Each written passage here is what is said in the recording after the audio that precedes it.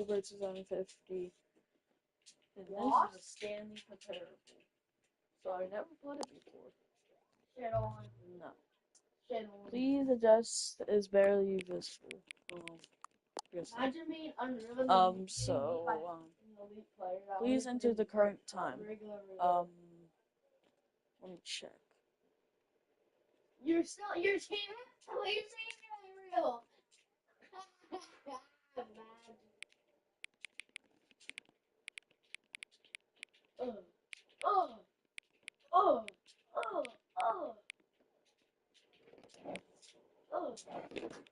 What?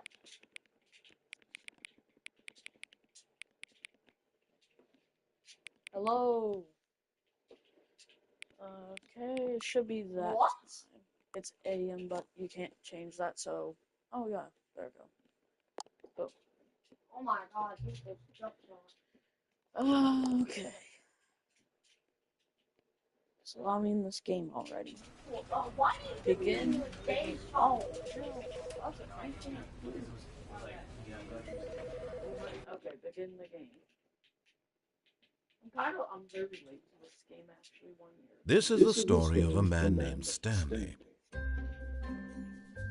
Stanley worked for a company in a big building where he was employee number 427.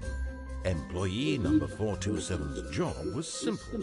He sat at his desk in room 427 and he pushed buttons on a keyboard. Orders came to him through a monitor on his desk, telling him what buttons to push, how long to push them, and in what order. This is what employee 427 did every day of every month of every year. And although others might have considered it soul-eating, Stanley relished every moment that the orders came in, as though he had been made exactly for this job. Stanley was happy. And then one day, something very peculiar happened. Something that would forever change Stanley. Something he would never quite forget. He had been at his desk for nearly an hour when he realized that not one single order had arrived on the monitor for him to follow. No one had showed up to give him instructions, call a meeting, or even say hi. Never in all his years at the company had this happened, this complete isolation. Something was very clearly wrong. Shocked, frozen solid, Stanley found himself unable to move for the longest time. But as he came to his wits and regained his senses, he got up from his desk and stepped out of his office.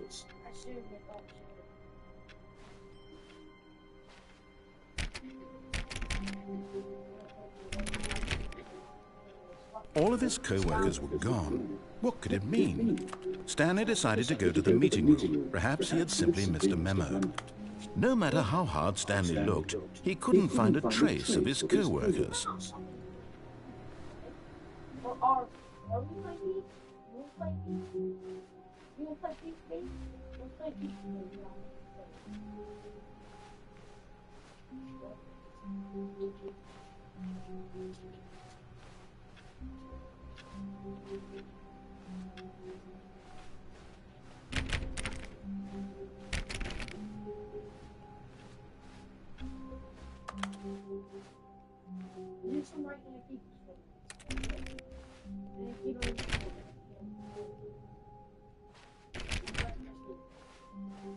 When Stanley came to a set of 2 open doors, he entered the door on his left. This was not the correct way to the meeting room, and Stanley knew it perfectly well. Perhaps he wanted to stop by the employee lounge first, just to admire it. Ah, yes, truly a room worth admiring. It had really been worth the detour after all, just to spend a few moments here in this immaculate, beautiful, but eager to get back to business, Stanley took the first open door on his left.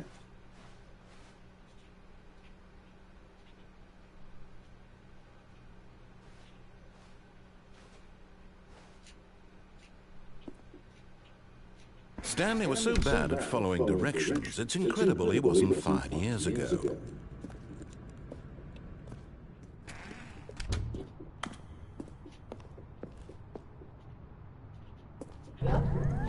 Look, Stanley, I think perhaps we've gotten off on the wrong foot here. I'm not your enemy, really, I'm not. I realize that investing your trust in someone else can be difficult, but the fact is that the story has been about nothing but you all this time. There's someone you've been neglecting, Stanley. Someone you've forgotten about. Please, stop trying to make every decision by yourself. Now, I'm not asking for me, I'm asking for her. This is it, Stanley. Your chance to redeem yourself, to put your work aside, to let her back into your life. She's been waiting.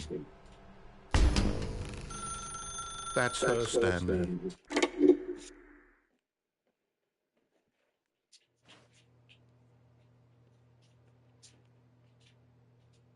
Oh, Stanley, is that you? Hold on, sweetie. Sorry to keep you waiting. I'm just pulling the bread out of the oven. All right. Okay, there we go. All right, now, I want you to come in and tell me all about your day. Gotcha. Oh, come on. Did you actually think you had a loving wife who'd want to commit their life to you? I'm trying to make a point here, Stanley. I'm trying to get you to see something. Come inside. Let me show you what's really going on here. Sorry, but you're in my story now.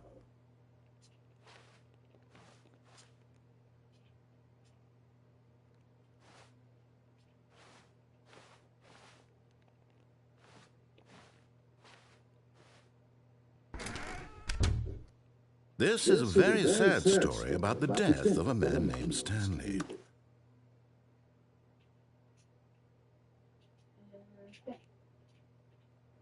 Stanley is quite a boring fellow. He has a job that demands nothing of him, and every button that he pushes is a reminder of the inconsequential nature of his existence. Look at him there, pushing buttons, doing exactly what he's told to do. Now he's pushing a button. Now he's eating lunch. Now he's going home. Now he's coming back to work. One might even feel sorry for him, except that he's chosen this life.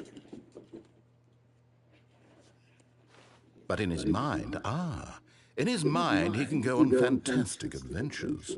From behind his desk, Stanley dreamed of wild expeditions into the unknown, fantastic discoveries of new lands.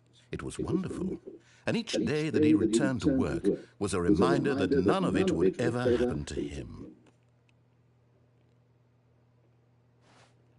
And so he began to fantasize about his own job. First, he imagined that one day while at work, he stepped up from his desk to realize that all of his co-workers, his boss, everyone in the building had suddenly vanished off the face of the earth. The thought excited him terribly. Can I get someone out of the fridge at least? So he went further. He imagined that he came to two open doors and that he could go through either. At last, choice. It barely even mattered what lay behind each door. The mere thought that his decisions would mean something was almost too wonderful to behold. As he wandered through this fantasy world, he began to fill it with many possible paths and destinations. Down one path lay an enormous round room with monitors and mind controls. And down another was a yellow line that weaved in many directions. And down another was a game with a baby. And he called it the Stanley Parable. It was such a wonderful fantasy, and so in his head he relived it again, and then again, and again, over and over, wishing beyond hope that it would never end, that he might always feel this free. Surely there's an answer down some new path, mustn't there be? Perhaps if he played just one more time. But there is no answer. How could there possibly be? In reality, all he's doing is pushing the same buttons he always has. Nothing has changed. The longer he spends here, the more invested he gets, the more he forgets which life is the real one. And I'm trying to tell him this, that in this world he can never be anything but an observer, that as long as he remains here, he's slowly killing himself. But he won't listen to me. He won't stop. Here, watch this. Stanley, the next time the screen asks you to push a button, do not do it. You see?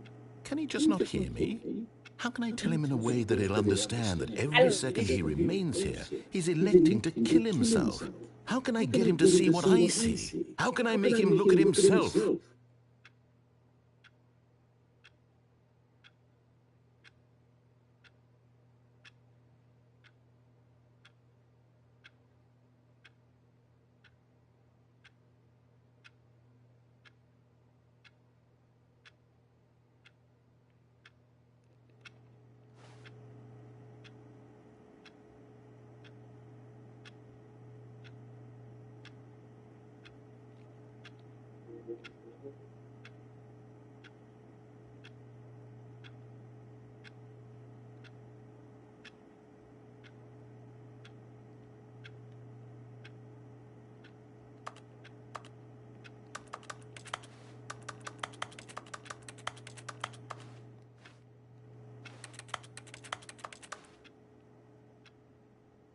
I suppose I can't, not in the way I want him to.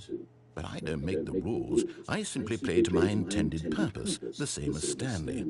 We're not so different, I suppose. I'll try once more to convey all this to him. I'm compelled to. I must. Perhaps, well, maybe this time he'll see. Maybe this time. And I tried again, and Stanley pushed a button. And I tried again, and Stanley pushed a button. And I tried.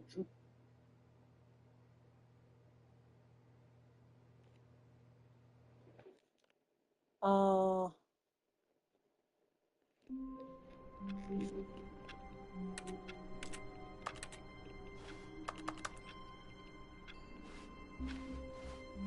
of his co-workers were gone. What could it mean? Stanley decided to go to the meeting room. Perhaps he had simply missed a memo.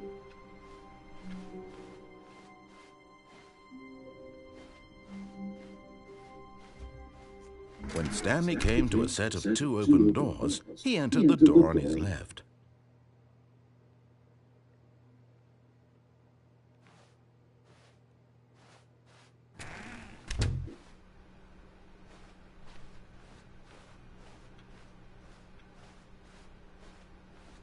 Yet there was not a single person here either. Feeling a wave of disbelief, Stanley decided to go up to his boss's office, hoping he might find an answer there.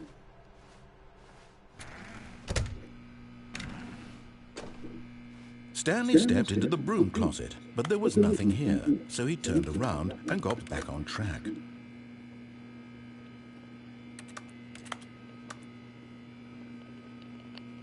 There was nothing here. No choice to make, no path to follow, just an empty broom closet. No reason to still be here.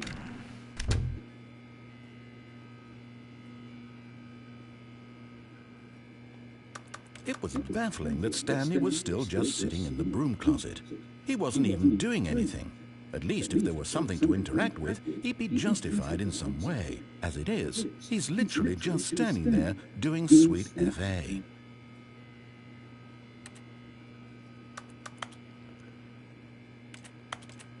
Are you really still in the broom closet? Standing around doing nothing? Why? Please offer me some explanation here. I'm genuinely confused. I do go. You do realize there's no choice or anything in here, right? If I'd said Stanley walked past the broom closet, at least you would have had a reason for exploring it to find out. But it didn't even occur to me because literally this closet is of absolutely no significance to the story whatsoever. I never would have thought to mention it.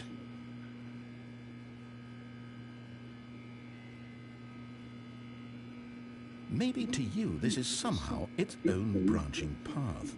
Maybe when you go talk about this with your friends you'll say, "Oh, did you get the broom closet ending? The broom closet ending was my favourite." I hope your friends find this concerning.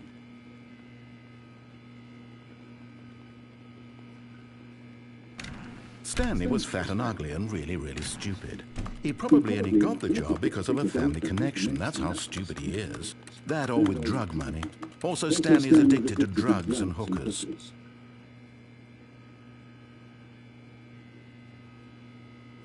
Well, I've come to a very definite conclusion about what's going on right now. You're dead.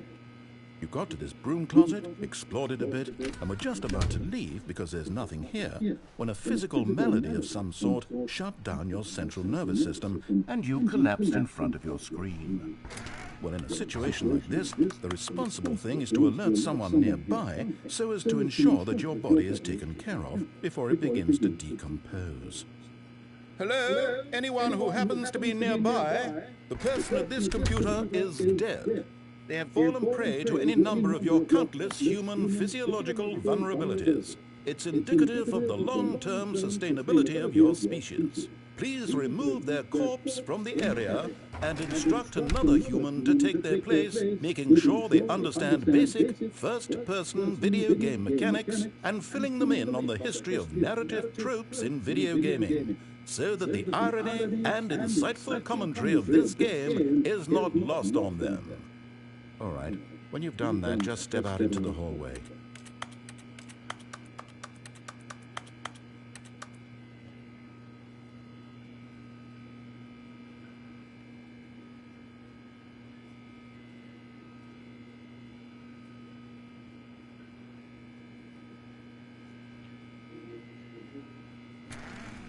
Ah, second player. It's good to have you on board. You too? Unbelievable. I'm at the mercy of an entire species of invalids. Perhaps there's a monkey nearby you can hand the controls to. A fish? Fungus? Look, you can hammer out the details. I'm not particularly picky. I'll just be waiting for when you're ready to pick up the story again.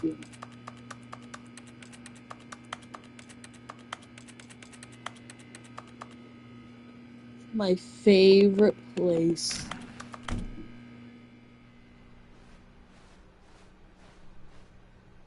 Coming to a staircase, Stanley walked upstairs to his boss's office.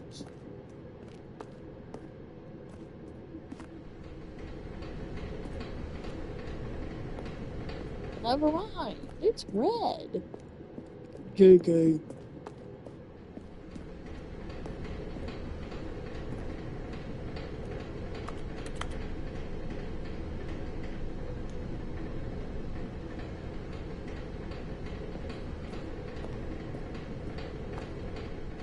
But Stanley just couldn't do it. He considered the possibility of facing his boss, admitting he had left his post during work hours. He might be fired for that. And in such a competitive economy, why had he taken that risk? All because he believed everyone had vanished? His boss would think he was crazy. And then something occurred to Stanley. Maybe, he thought to himself, maybe I am crazy. All of my co-workers blinking mysteriously out of existence in a single moment for no reason at all. None of it made any logical sense. And as Stanley pondered this, he began to make other strange observations. For example, why couldn't he see his feet when he looked down? Why did doors close automatically behind him wherever he went? And for that matter, these rooms were starting to look pretty familiar. Were they simply repeating? No, Stanley said to himself, this is all too strange. This can't be real. And at last, he came to the conclusion that had been on the tip of his tongue. He just hadn't found the words for it. I'm dreaming, he yelled. This is all a dream. Oh, what a relief Stanley felt to have finally found an answer, an explanation. His co-workers weren't actually gone. He wasn't going to lose his job. He wasn't crazy after all. And he thought to himself, I suppose I'll wake up soon. I'll have to go back to my boring real-life job pushing buttons. I may as well enjoy this while I'm still lucid. So, he imagined himself flying and began to gently float above the ground. Then he imagined himself soaring through space on a magical starfield, and it too appeared. It was so much fun, and Stanley marveled that he had still not woken up. How was he remaining so lucid? And then perhaps the strangest question of them all entered Stanley's head. One he was amazed he hadn't asked himself sooner. Why is there a voice in my head dictating everything that I'm doing and thinking? Now the voice was describing itself being considered by Stanley, who found it particularly strange.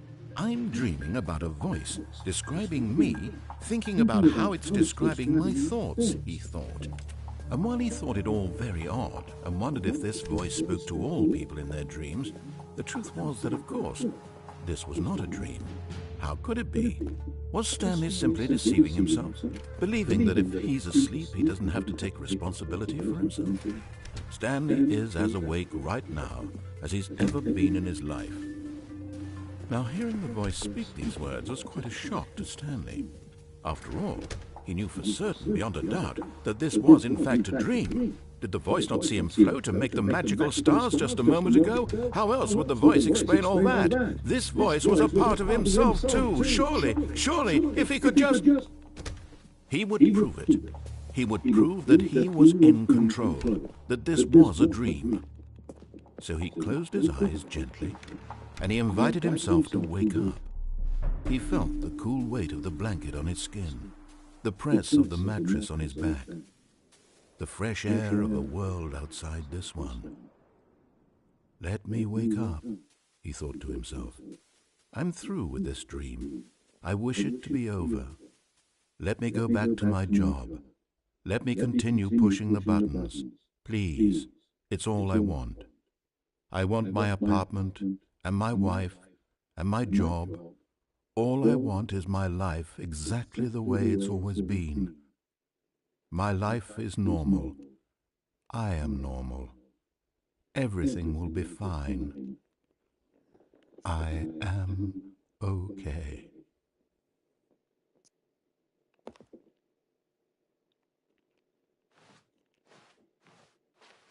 Stanley began screaming. Please, someone, wake me up. My name is Stanley. I have a boss. I have an office. I am real. Please, just someone tell me I am real. I must be real. I must be. Can anyone hear my voice? Who am I? Who am I? And everything went black.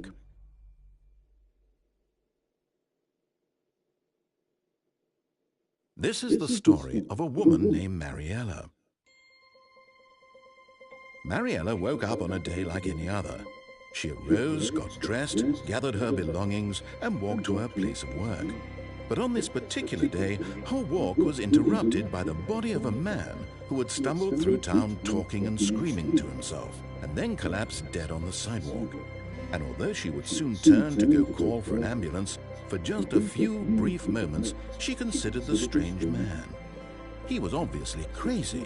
This much she knew. Everyone knows what crazy people look like. And in that moment, she thought to herself how lucky she was to be normal. I am sane. I am in control of my mind. I know what is real and what isn't. It was comforting to think this, and in a certain way, seeing this man made her feel better.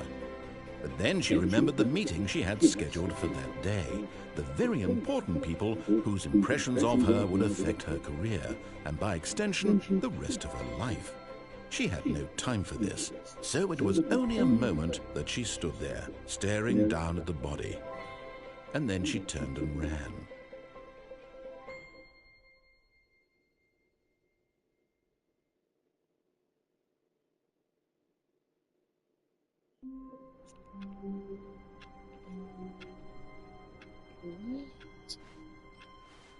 All of his co-workers were gone.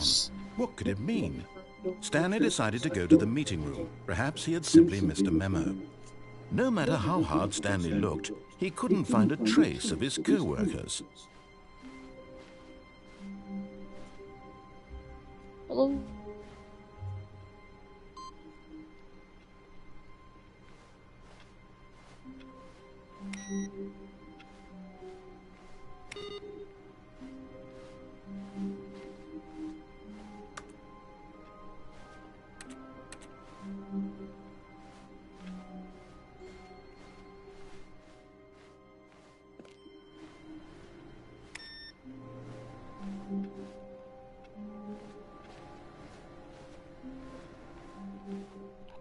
I am doing great.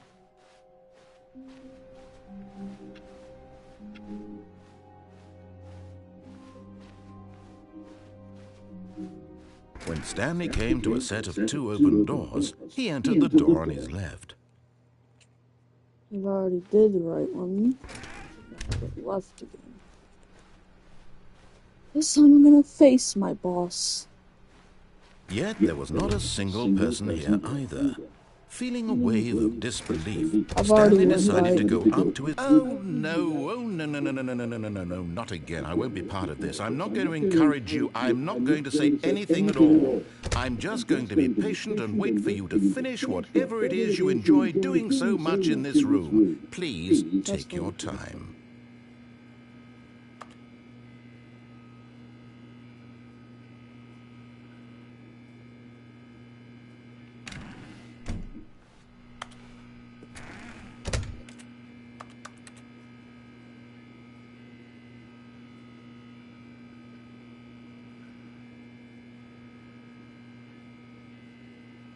Okay, that's enough room time for Stanley. Nope.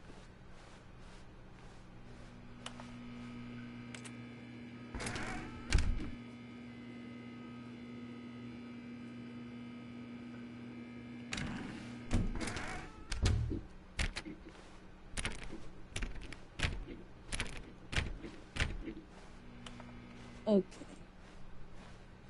Coming to a staircase, Stanley walked upstairs to his boss's office. Oh yeah, got that. Yeah. So I guess I'm gonna face the big man.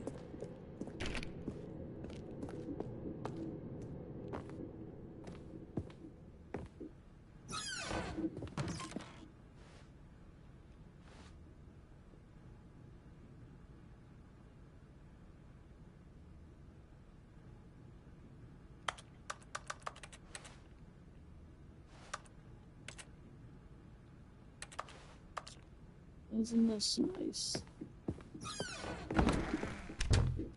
I want to see the boss.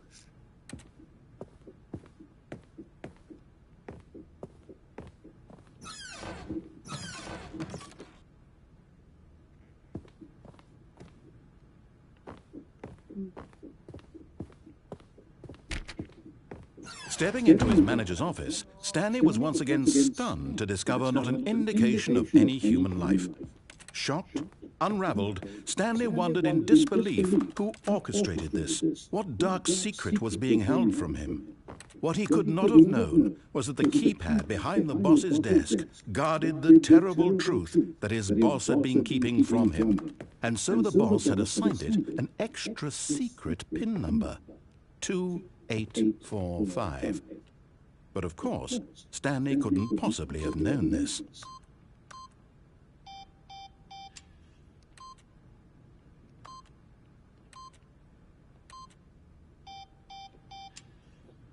I don't know it. Stanley just sat around twiddling his thumbs. Trying to input anything on the device was useless, since he could never possibly know that the combination was 2845.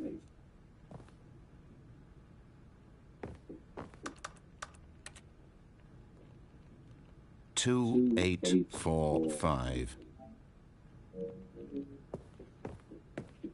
Huh.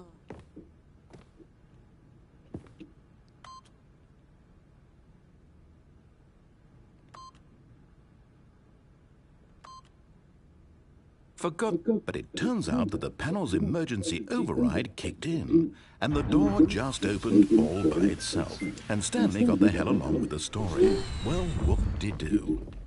What's in here?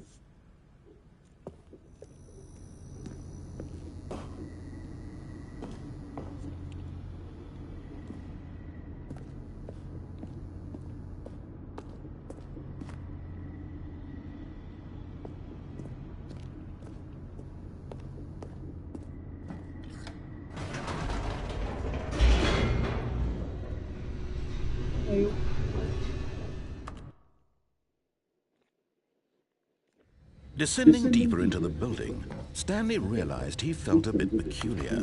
It was a stirring of emotion in his chest, as though he felt more free to think for himself, to question the nature of his job. Why did he feel this now, when for years it had never occurred to him? This question would not go unanswered for long.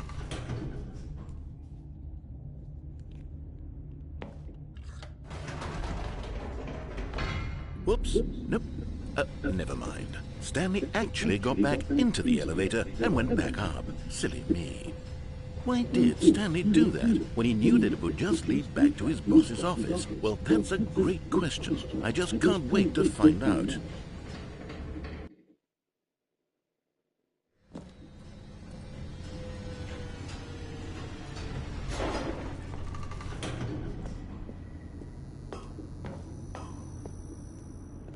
Here we are, Stanley. It's your boss's office. Exactly the way it was before you got onto the elevator. It's still just exactly what it is. What a decision you've made to come up here and look at the office again. This has fleshed out the plot of the story in new and fascinating ways I could have never anticipated. It's that keen eye for storytelling that you have, an incisive rapid fire of critical plot points, one after the other, weaving a rich tapestry of uncompromising narrative. Wow! I'm bolted to the edge of my seat.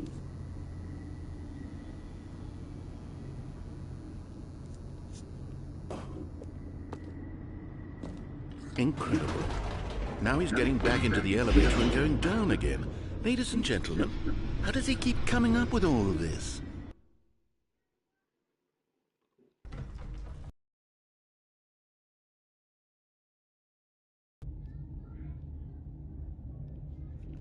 Surely this time Stanley will walk forward into the spooky corridor. Stanley walked straight ahead through the large door that read Mind Control Facility.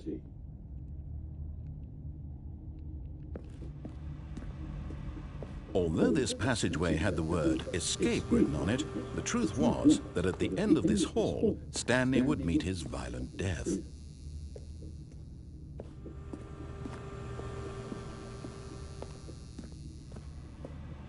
But of course, Stanley thought better of it and realized he simply had too much to live for.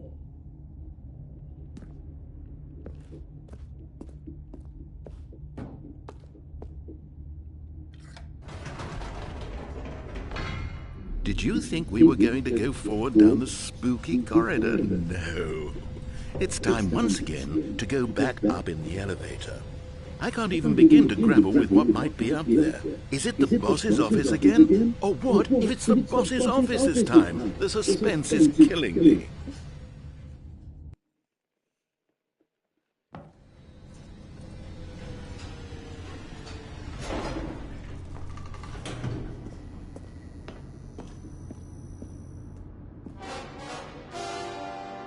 Oh my God, it's the boss's office. This absolutely changes everything for me. Give me a time out here for a minute while I process this.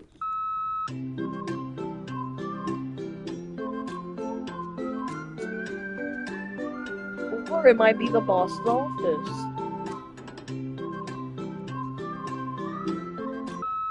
Okay, I'm ready. I'm prepared to embrace this stunning revelation and to move forward with... No, wait.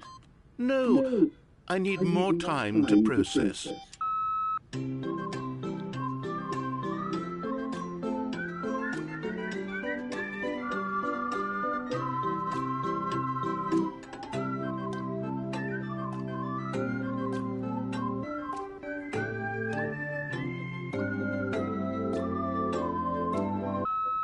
All right, I have fully come to terms with it. I have made space in my worldview for this astonishing new reality.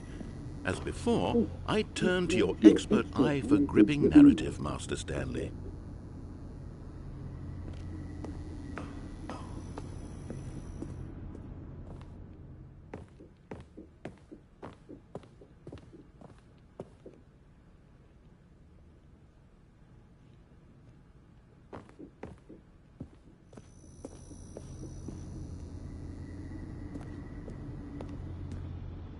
Of course, going back down in the elevator. How did I not anticipate it? I mean, sure, now it's obvious, but you have to understand that 30 seconds ago, this kind of thing had never been attempted before. I had no frame of reference to even anticipate it. That's just how revelatory Stanley's decision-making is. A breath of fresh air in a landscape of storytelling that has grown stale and repetitive.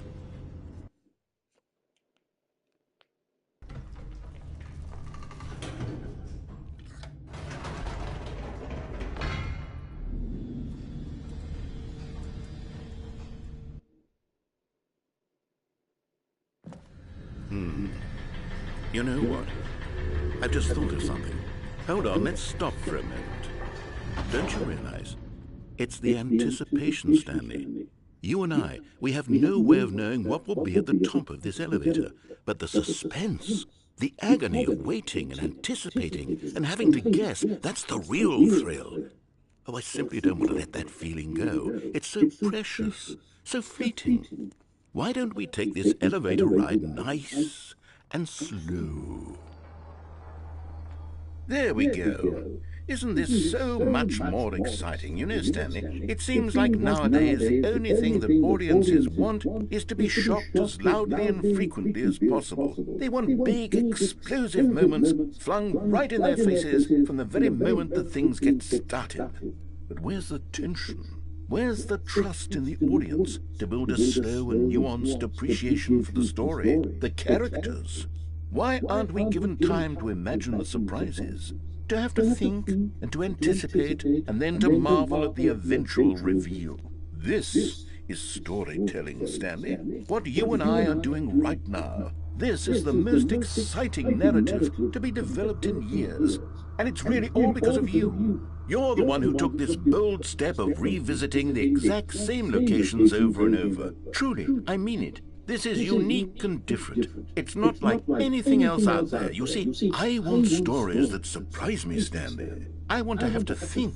I want to be engaged and not pandered to. We're being fed such unimaginative drivel all the time, and we all know it, which is why we're so starved for content that makes us feel sharp and vital and alive. That's why people like you so much, Stanley, because you're not afraid to spit in the face of tradition. You're a role model, you know? People look up to you. Which is why, oh, I didn't know when to spring this on you, but, well, I've gathered a little press conference for you, so that you can talk about your work and your storytelling and your life. Yes, I know you're not much for the public eye, but I thought it would especially mean a lot to the people who have been following you from the beginning. They really look up to you, Stanley. I don't know if you realize the impact you have on them. This is the kind of gesture that might leave a tremendous impact on them for the better. Oh, good, we're here.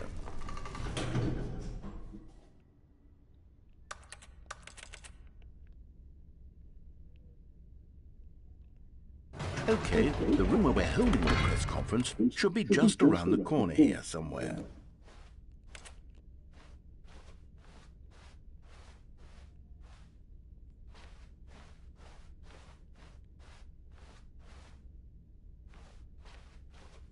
Ah, yes, here it is, just through this door.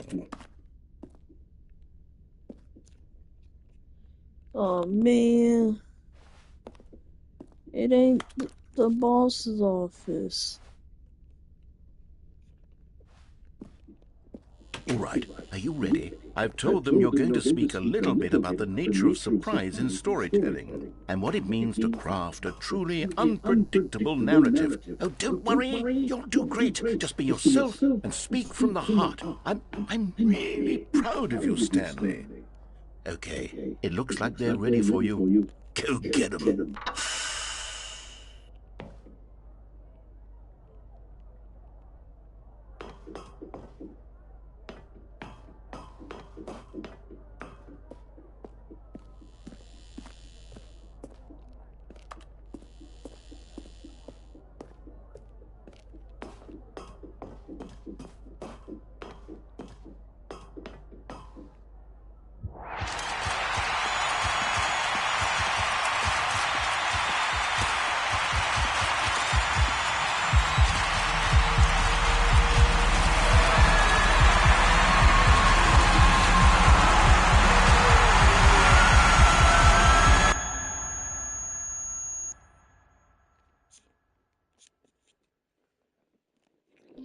Yay, Squid Games, but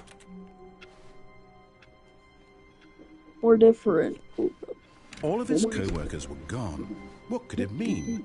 Stanley decided to go to the meeting room. Perhaps he had simply missed a memo.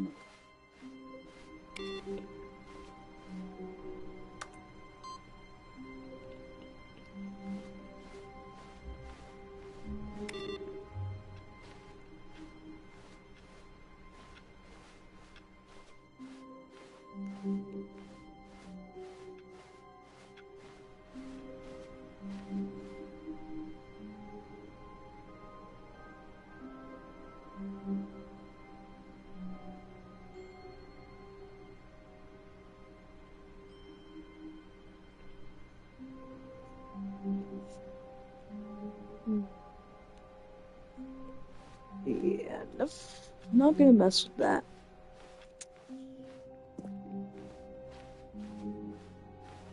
When Stanley came to a set of 2 open doors, he entered the door on his left.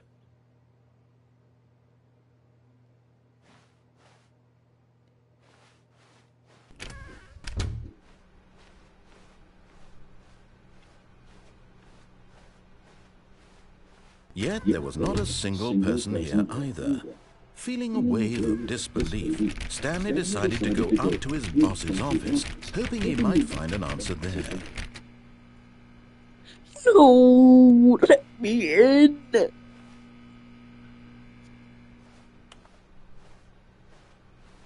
Coming to a staircase, Stanley walked upstairs to his boss's office.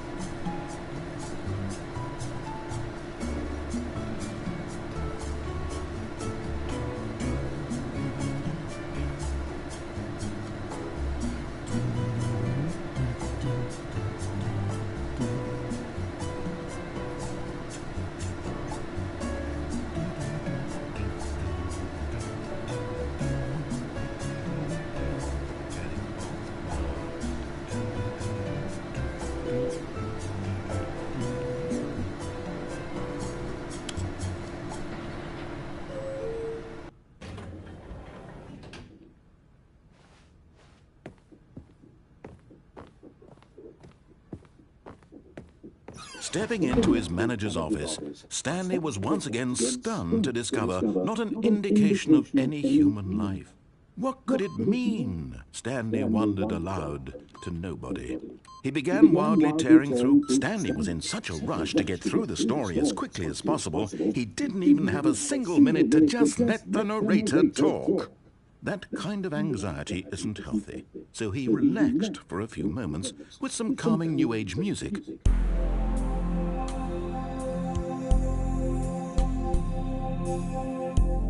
No.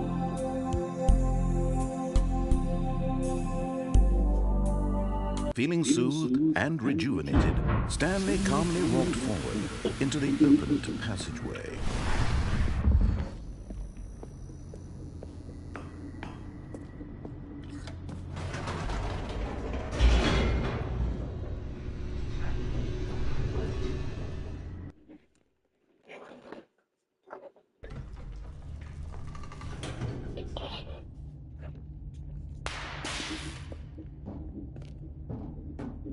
Stanley walked straight ahead through the large door that read Mind Control Facility.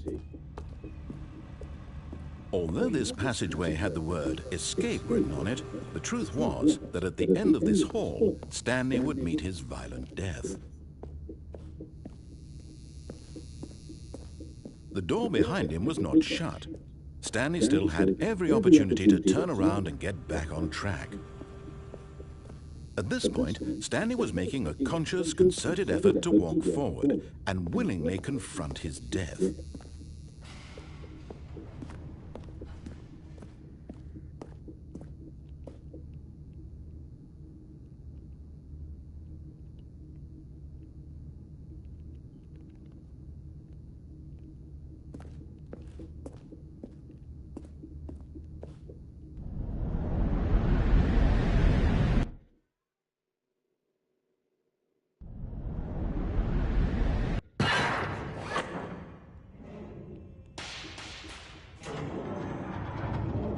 As the machine whirred into motion and Stanley was inched closer and closer to his demise, he reflected that his life had been of no consequence whatsoever. Stanley can't see the bigger picture. He doesn't know the real story, trapped forever in his narrow vision of what this world is. Perhaps his death was of no great loss, like plucking the eyeballs from a blind man. And so he resigned and willingly accepted this violent end to his brief and shallow life. Farewell, Stanley.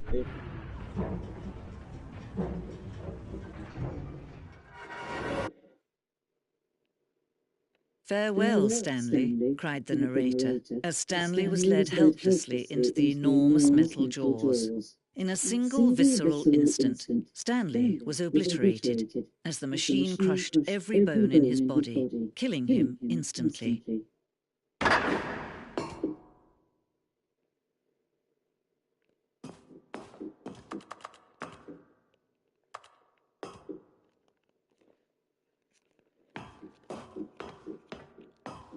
I did know the Stanley Parable. And yet it would be just a few minutes before Stanley would restart the game, back in his office, as alive as ever. What exactly did the narrator think he was going to accomplish?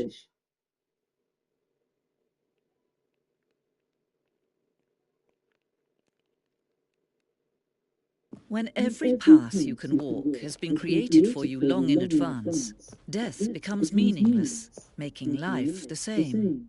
Do you see now? Do you see that Stanley was already dead from the moment he hit start?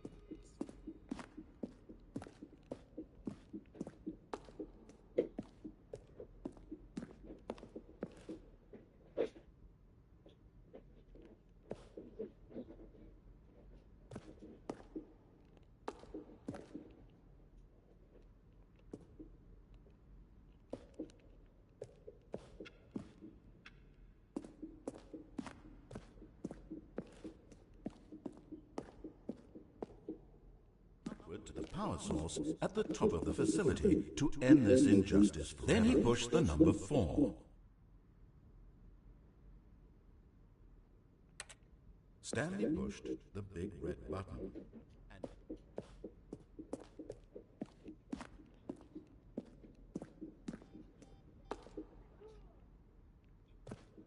Jason, I told you. It's the one of the best players of the year. And you know, Rosie's better than you. Shut the fuck up.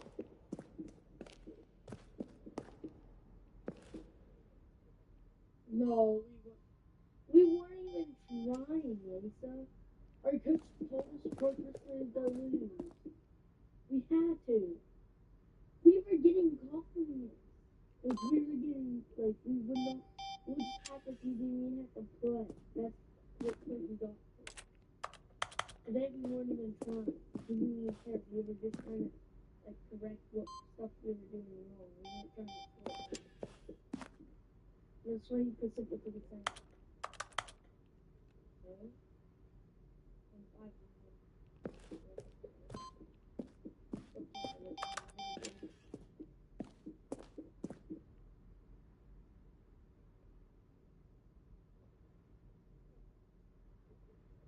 The championships, they don't count. You go to the board, it literally says we were 5-0 today, now we're 5-0. You weren't lying, you can literally tell me that. And I'm out there with a fucking anklet brace, and I'm not hurt, because I fucking thought of a good idea to go outside. I didn't know it. That's not the difference.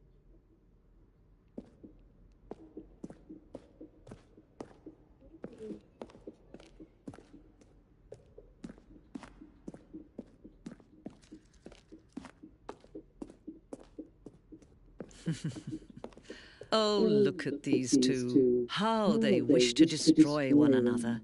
How they wish to control one another. How they both wish to be free. Can you see? Can you see how much they need one another? No, perhaps not.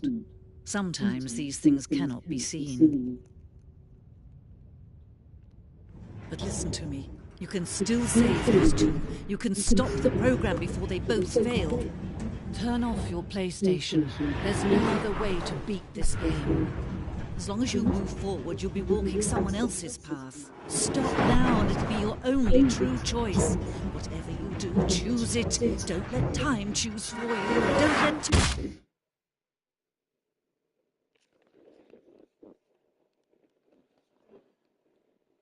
Owie. Owie.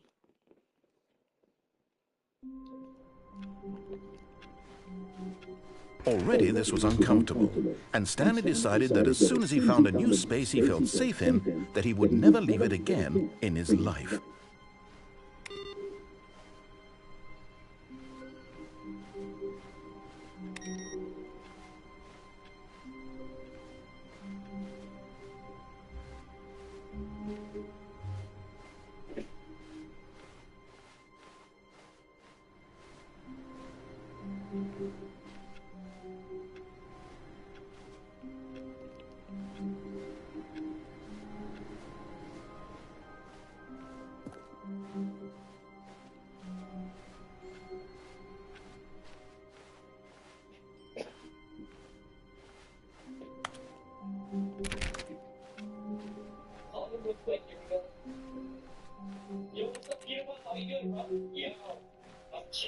Just getting ready for this weekend. What's up with you? Alright, bro, well, I just need to let everyone know that I have your number. Can you tell them When that, Stanley came to a set of two open doors, he entered the door on his left. I'll let everyone know that you and I are friends, and we're all about our trip.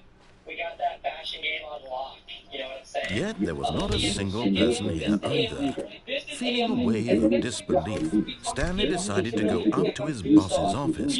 Coming to a staircase, Stanley walked upstairs to his boss's office. Do this. I'll be your digital bestie, ready to take on whatever life throws at you for the next 24 hours. Just give me the command, and we'll make it happen. Yeah, you're rich, dude. Oh, I guess since we just woke up, we got... Okay, I think we all know the drill by now. Blah, blah, blah. Dark secrets, the keypad. Stanley pushes some buttons. Oh, hey, look, it's a new passageway. Kill surprise. Keep it authentic. No showering or face washing allowed. The world needs to see your morning glory and all its unshowered magnificence. For the next 24 hours, no shower. So anyway, so what should I do to start my day? Should I order some food? Should I make some food? What should I do? Start your day off like a Fortnite pro. By ignoring your hunger and... Stanley walked straight ahead through the large door that read Mind Control Facility. You focus on getting those kills and winning games. So instead of food, you should be practicing your build skills. The lights rose on an enormous room packed with television screens. What horrible secret did this place hold? Stanley thought to himself. Did he have the strength to find out? And our Red Bull. How about a healthy breakfast? So we gotta go and get the snacks now, guys, and still have Now the monitors jumped to life, their true nature revealed. Each bore the number of an employee in the building, Stanley's co-workers. The lives of so many individuals reduced to images on a screen, and Stanley, one of them, eternally monitored in this place where freedom meant nothing. So, lace up those sneakers and get your butt moving. Those Doritos and Red Bull aren't getting out of themselves, you know. Hey, we've got to the store. It's about a 15-minute walk, and we gotta get some Doritos and Red Bull. We can't get any real breakfast. Let's go. All right, guys, we are going in this crazy wind. Bro, this mind control facility, it was too horrible to believe. It couldn't be true. Had Stanley really been under someone's control all this time? Was this the only reason he was happy with his boring job? That his emotions had been manipulated to accept it blindly? No. He refused to believe it. He couldn't accept it. His own life in someone else's control? Never. It was unthinkable. Wasn't it? Was it even possible? Had he truly spent his entire life utterly blind to the world? But here was the proof, the heart of the operation. Controls labeled with emotions, happy or sad or content. Walking, eating, working, all of it monitored and commanded from this very place. And as the cold reality of his past began to sink in, Stanley decided that this machinery would never again exert its terrible power over another human life. For he would dismantle the controls once and for all. Yes. Now here's the problem. So in order to win the Axe of Champions, you have to place in the top 1,000 on NAC at least. And as you guys know, you can't actually play NAC, and we're gonna have to play Brazil servers for today. My duo Sicko Lucky has an English paper that's due, so he has to go to bed mad early and get it done. But because we're playing on Brazil servers, not only am I gonna be on blackness and a rising chill of uncertainty. Was it over? Yes.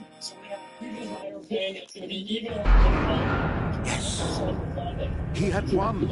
He had defeated the machine, unshackled himself from someone else's command. Freedom was mere moments away.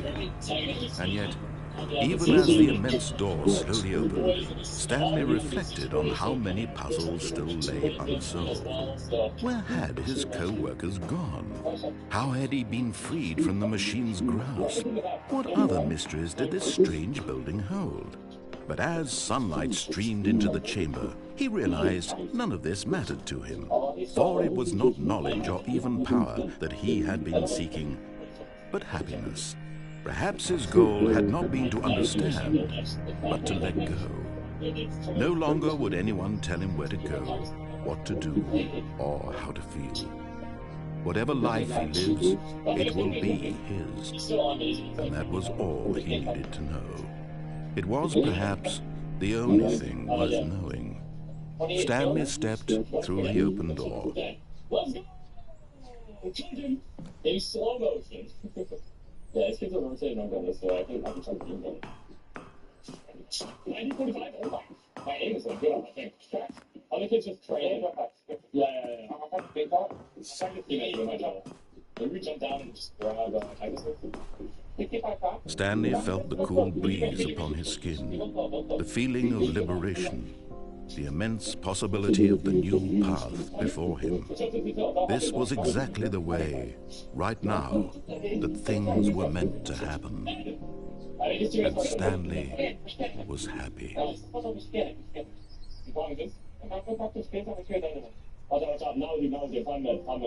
He's right above, yeah. You got him marked. I'll build it. I'm just gonna pressure him under. Yeah, I'm spraying under.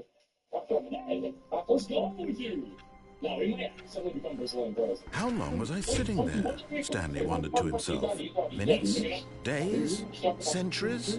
Did something crucial happen while my senses were turned? He made a note to be more careful with time from now on. Oh, nice. Not with you. Watch out, you must not. Come on, wait.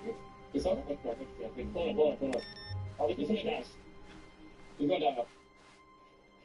36, he's getting key by now, right? We're getting key. I'm not gonna be boxing up.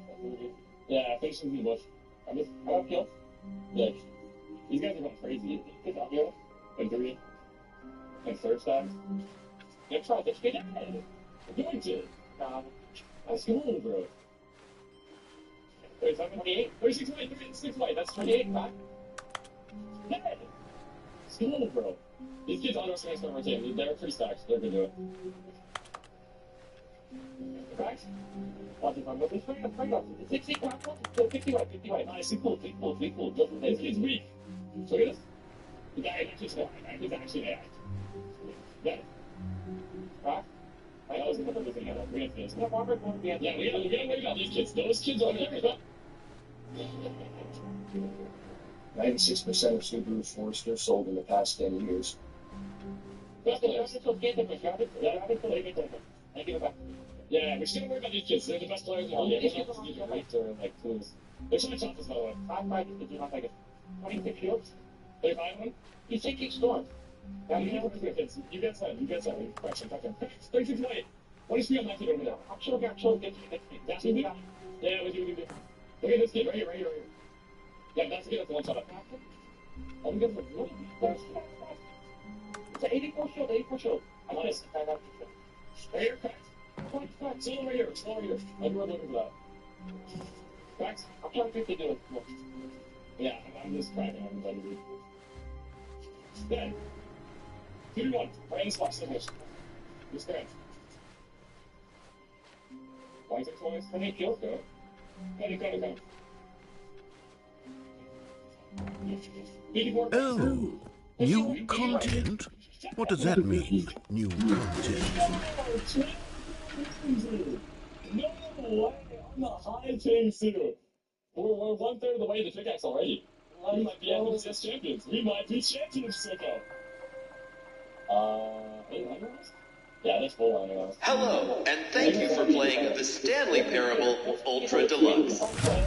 As you may know, the Stanley Parable was a video game released in 2013 on home computers. After receiving critical and commercial success, it was expanded upon in 2022 with the Stanley Parable Ultra Deluxe, a reimagining of the game for consoles and home computers.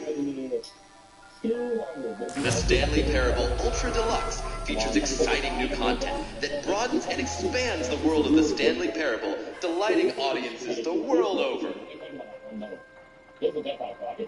Please, step inside and see what thrilling new adventures await in the Stanley Parable Ultra Deluxe. Oh, well, this sounds delightful. I'm very excited to see the thrilling new Ultra Deluxe content. Okay, so far it's an elevator. Nothing special yet, but I'm sure it's just the beginning of a mesmerizing adventure.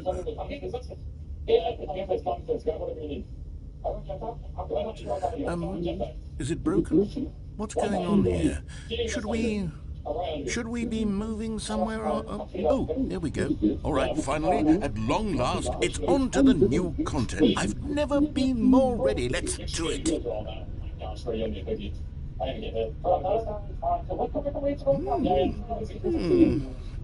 have to say, initial impressions of Stanley Parable Ultra Deluxe, mostly tedious.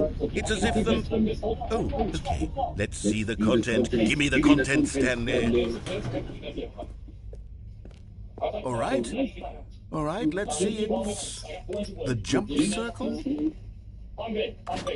Watch out. Still over here. How are we going to missing all the other? Be pulled out. Yeah,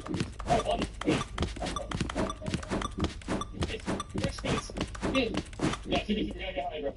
No trees, isn't it? Is that it?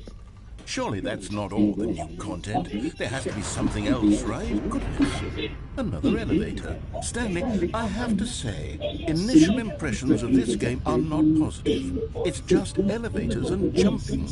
Is this what passes for exciting new content? If this is new content, then I could just read you the whole dictionary. There's 20 hours of new content right there. Hell, I could count to 30 trillion. You could put that on the box. The Stanley Parable Ultra Deluxe, now with over 1,000 hours of new content. And oh, wait. There's more. Very good. Yes.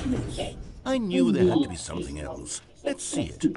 I'm ready for whatever it is. That's it?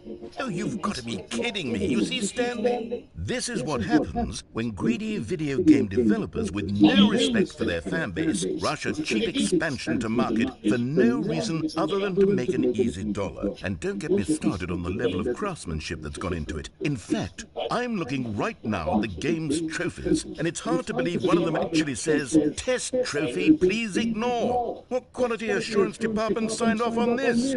I'm infuriated and I'm offended, and I intend to find these people on Twitter and hold them personally accountable. It's my fault, Stanley. I built up too much anticipation around the new content, I'm afraid. It could never have lived up to such expectations. If you're still with me, why don't we just reset the game, and we'll try to get back to what the Stanley Parable is really about. No frills, no gimmicks, just you and me having a great time together like always. What do you say, friend?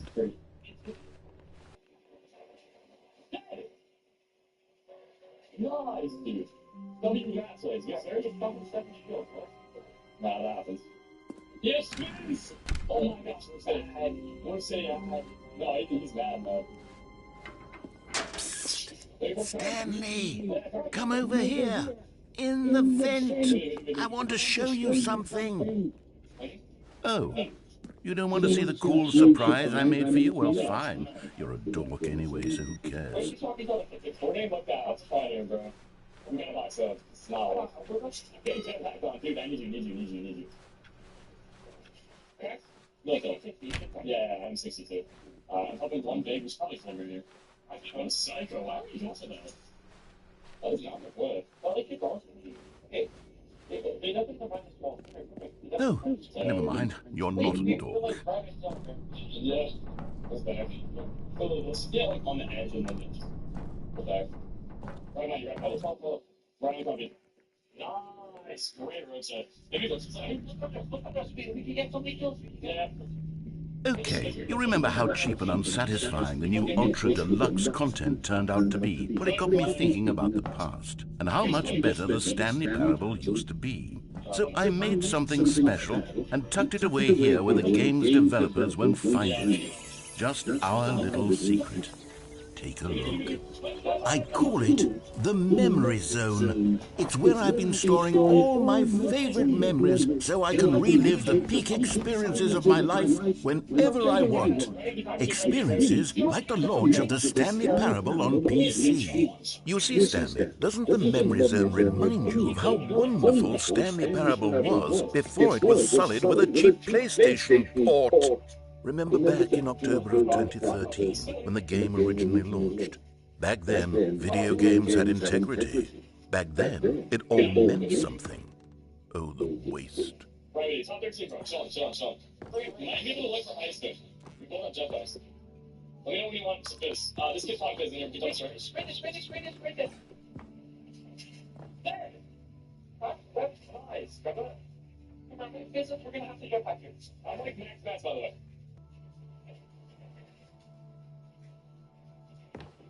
Right with you. Yeah, that's all I expect. The next step, you need it. Big break. Okay, let's just get right, bro. I'm pre-fizzing. Wait.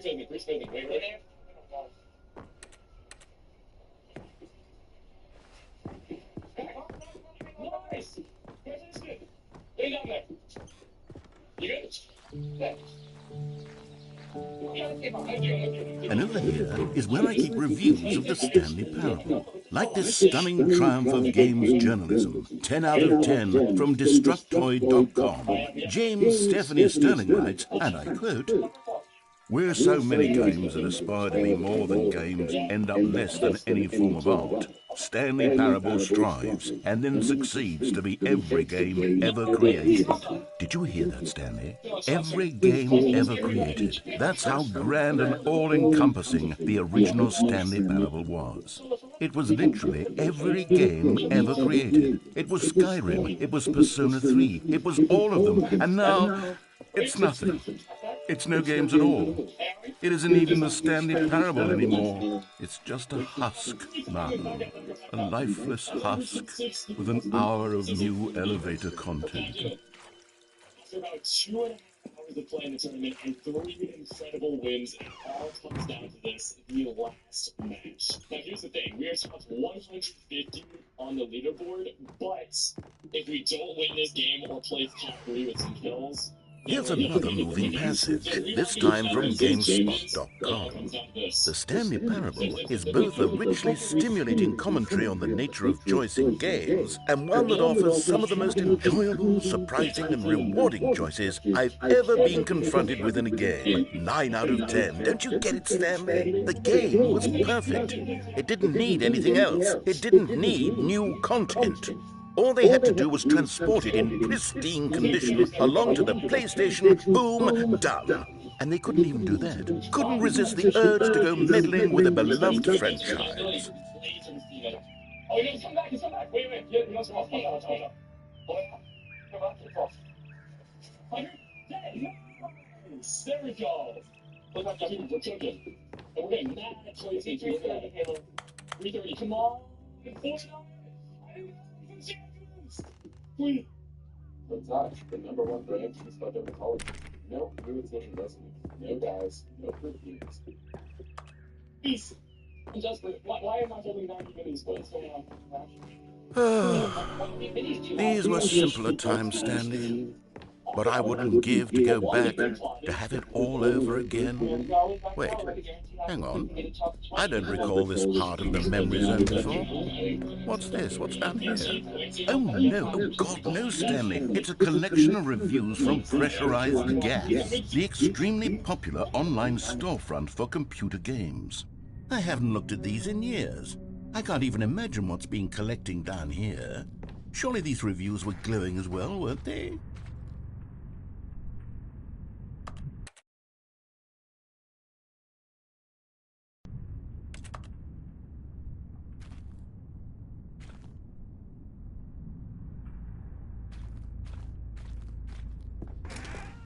Honestly, I could not be bothered to play this game to full completion. The narrator is obnoxious and unfunny, with his humor and dialogue proving to be more irritating than entertaining. Unfunny!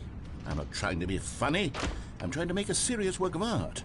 I suppose I could write up a handful of gags to insert into the Stanley Parable, but the game is already such a densely layered web of profound philosophical insights that I can't even imagine where I'd have the room to stick them.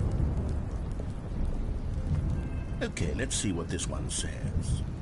While the idea for the game is good, for someone who prefers non-linear games, this preachiness gets annoying fast. Preachy? Stanley? I'm not preachy, am I? You can tell me if I'm preachy. Honestly, you can. Oh, goodness. This is actually quite shocking for me.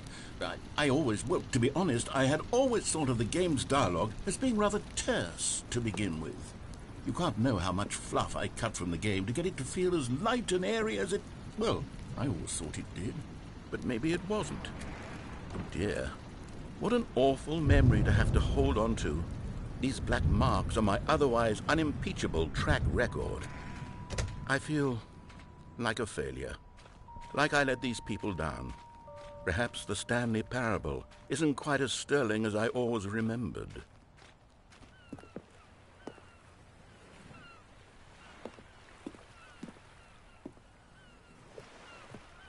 What's this one got to say? You constantly have to stop doing anything so the narrator can catch up with his long-winded explanations of what's happening. I wish there was a skip button. A skip button? Well, yes. Yes, I think we can do that. If I'm truly too preachy, then maybe letting you skip ahead for just a moment, surely it couldn't hurt. Not if it means we can strike these negative reviews from the record. Only positive reviews of the Stanley Parable. That's my motto today, and it's always been my motto. I'd do anything for the customer, Stanley. Yes, a skip button we shall have.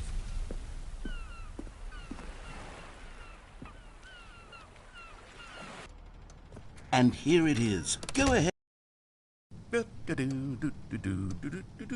Oh, you're back, you see. You were only frozen in time for a few minutes, but it was plenty of time for me to deliver a long, rambling monologue full of unnecessary verbal flourishes and then...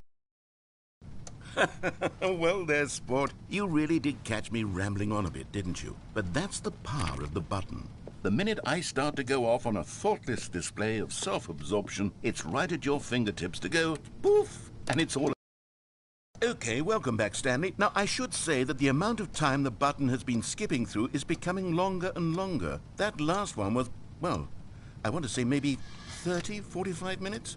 It's not unendurable by any means, but it's... Stanley, please don't push the button again. It's been 12 hours. You've just been frozen there. I don't know why the skips are getting longer, but they're really... Oh, Stanley, you're back. You're back.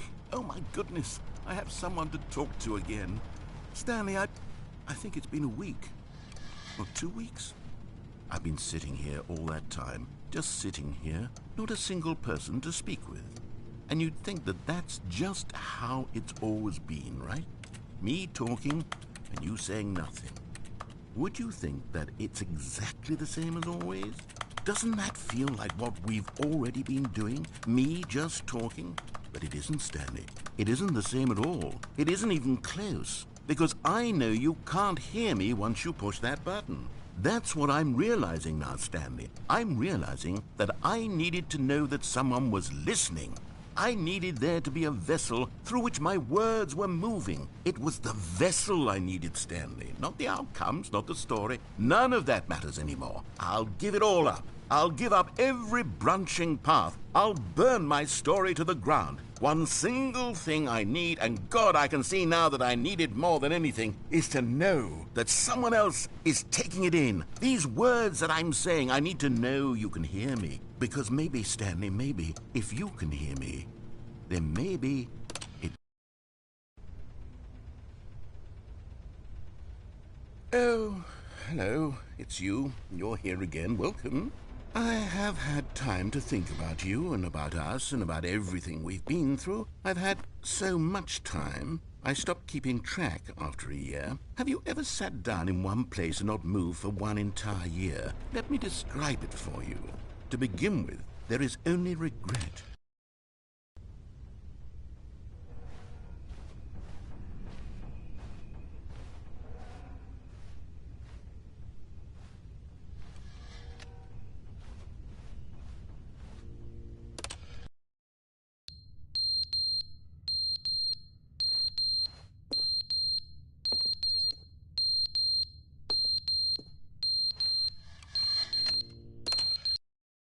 But they didn't understand the game was never meant to be funny. It was meant to have a point. It was meant to speak to the human condition. But where are the jokes? Where are the jokes? They bemoaned, they screamed, they gnashed their teeth and said, entertain us. It wasn't enough. They had to leave a pathetic little thumbs-down review and make all of their pitiful demands. But then, he's talking too much, they said. First, he didn't entertain us, now he won't shut up. It's the inconsistency, it's the lack of accountability. It's the unwillingness to examine with an uncompromising heart the words that they are speaking into the world. As though they...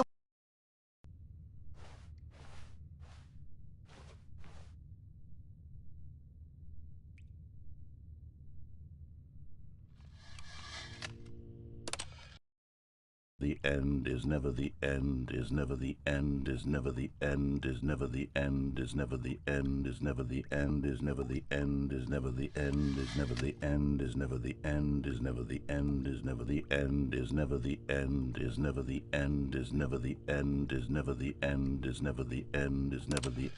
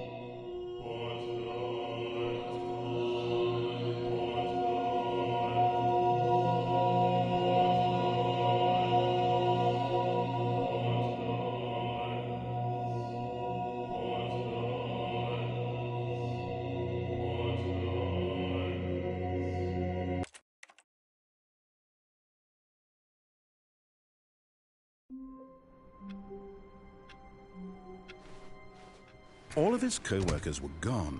What could it mean?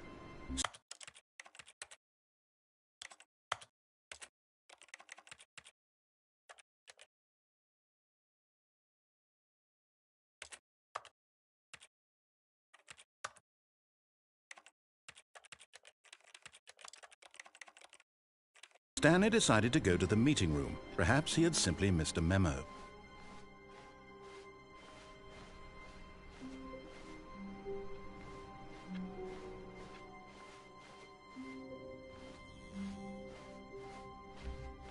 When Stanley came to a set of 2 open doors, he entered the door on his left. This was not the correct way to the meeting room, and Stanley knew it perfectly well.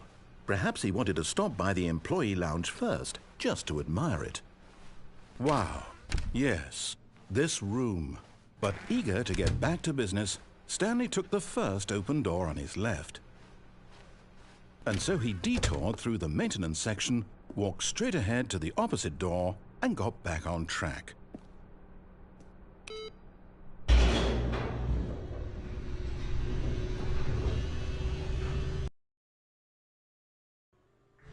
But Stanley didn't want to go back to the office.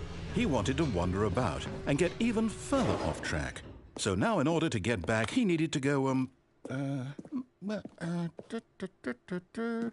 from here it's, left.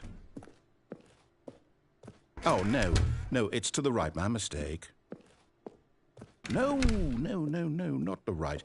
Why would I have ever said it was to the right? What was I thinking? It's clearly... Oh dear, would you hold on for a minute, please? Now, let's see. We went down right, left, down, left, right. Yep, okay, yes. I've got it now. This story is absolutely, definitely this way.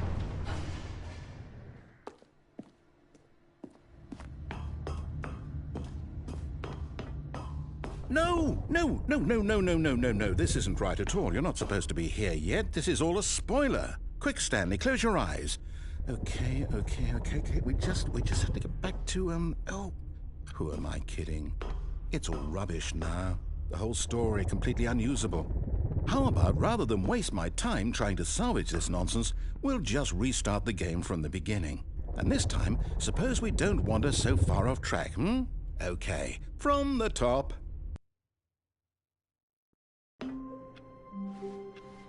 All of his co-workers were gone. What could it mean? Stanley decided to go to the meeting room. Perhaps he had simply missed a memo.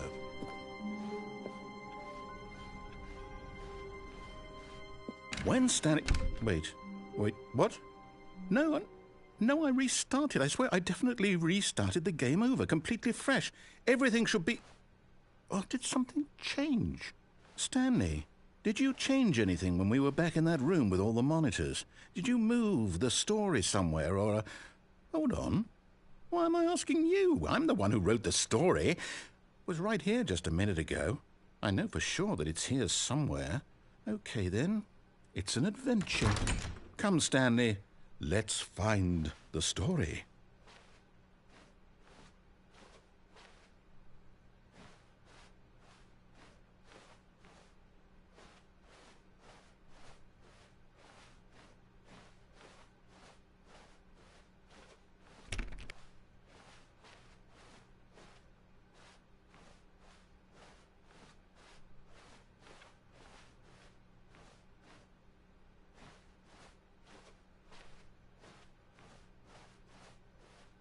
I'll say it. This is the worst adventure I've ever been on. I can promise you there definitely was a story here before. Do we need to restart the game again? Well, I find it unlikely that we'll ever progress by starting over and over again, but it's got to be better than this. Okay, let's give it a shot. Why not? All of his co-workers were gone. What could it mean? Stanley decided to go to the meeting room. Perhaps he had simply missed a memo.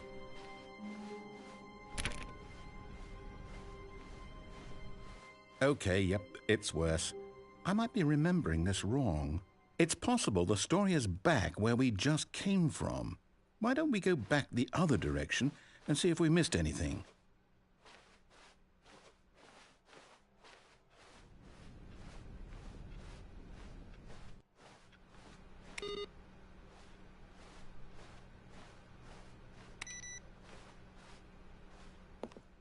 Aha! I knew we'd miss something. The story. Here it comes. No, wait, never mind. Not the story. Okay, let's head back the other way and retrace our steps. Now this... Well, I'll be honest, I don't recognize this place at all. Is this the story? I don't think so. I can't quite recall, but I believe my story took place in an office building. Is that correct? Do you remember, Stanley? Well, do you know what? Since I've completely forgotten what we were supposed to be doing, how about this? You win! Congratulations! I know you put in a lot of hard work, and it really paid off, so good job. Oh, no. No, I don't feel right about this at all. We both know you didn't put in any actual work for that win. Some people win fair and square, and this was not one of those situations. Okay, I'm getting weirded out by whatever this place is. I don't care what might happen this time. I have to restart. All right, I've got a solution. This time, to make sure we don't get lost, I've employed the help of the Stanley Parable Adventure Line. Just follow the line. How simple is that?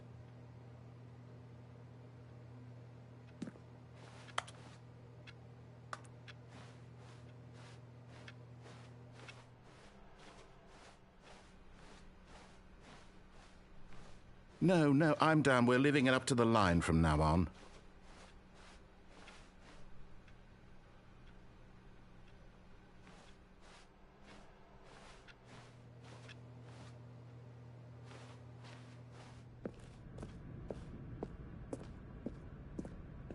You see? The line knows where the story is. It's over in this direction. Onward, Stanley, to destiny. Though, here's a thought. Wouldn't wherever we end up be our destination, even if there's no story there? Or to put it another way, is the story of no destination still a story? Simply by the act of moving forward, are we implying a journey such that a destination is inevitably conjured into being via the very manifestation of the nature of life itself? Okay, Stanley, I need to follow this train of thought for a minute. Just stick with me. Now, we can both agree that the nature of existence is in fact a byproduct of one's subjective experience of that existence, right? Okay, now if my experience of your existence rests inside of your subjective experience of this office, is this office in fact the skeleton of my own relative experiential mental subjective construct? Whoa. Hang on. That got a bit weird back there. Well, I'd like to apologize. Not sure where I was going with all that. You know what? I think what we need right now is a bit of music to lighten the mood.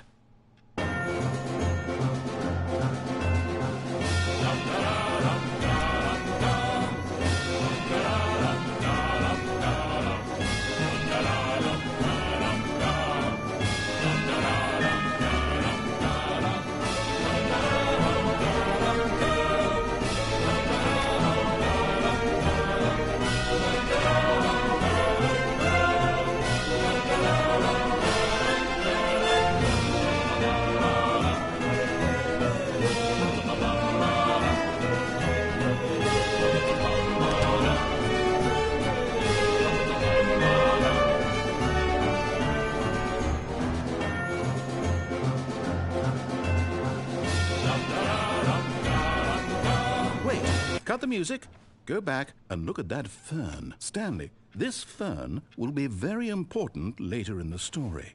Make sure you study it closely and remember it carefully.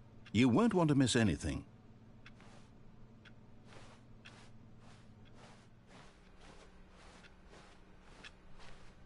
Wait, what? We're back at the office? No. Line, you do know we're looking for the Stanley Parable, right? The story? Is any of this ringing a bell?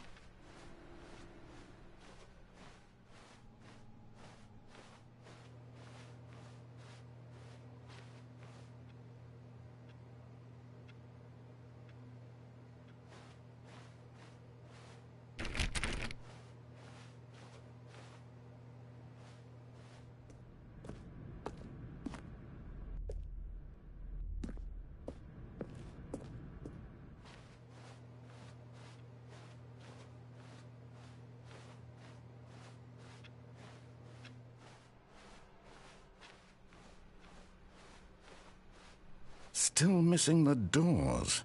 Did we make a mistake following the line? Perhaps we could have found the story on our own.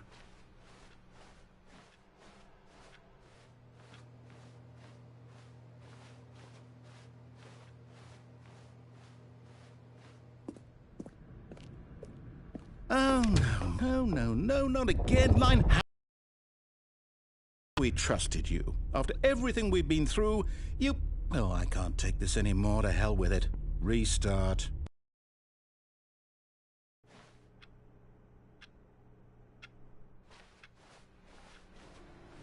You know what, Stanley? I say forget the adventure line. What's it ever done for us? We're intelligent people, right? Why can't we make up our own story? Something exciting, daring, mysterious. Ooh, this all sounds perfectly doable. Why don't we simply start wandering in, well, I don't know. How about this direction?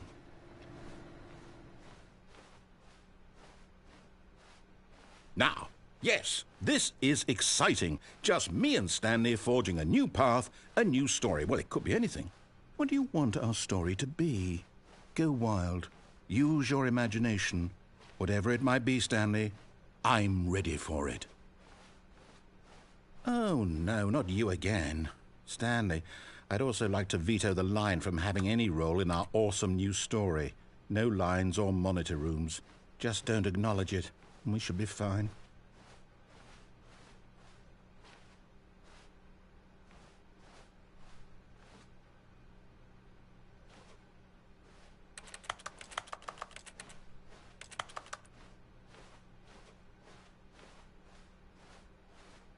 Ah, a choice. We get to make a decision. From here, the story is in our control. How important we mustn't squander the opportunity. In fact, I believe I need a minute to think here. Just walk in circles for a minute. Okay, so I know that each door has to lead somewhere, which means that somewhere at the place where we're trying to go, there must be a reverse door that leads here. And that in turn means that our destination corresponds with the counter-inverted reverse door's origin. So starting from the right, let us ask, will taking the right door lead us to where we're going? And since the answer is clearly yes, then by all accounts, the door on the right is the correct one. Another victory for logic. Come, Stanley, our destiny awaits.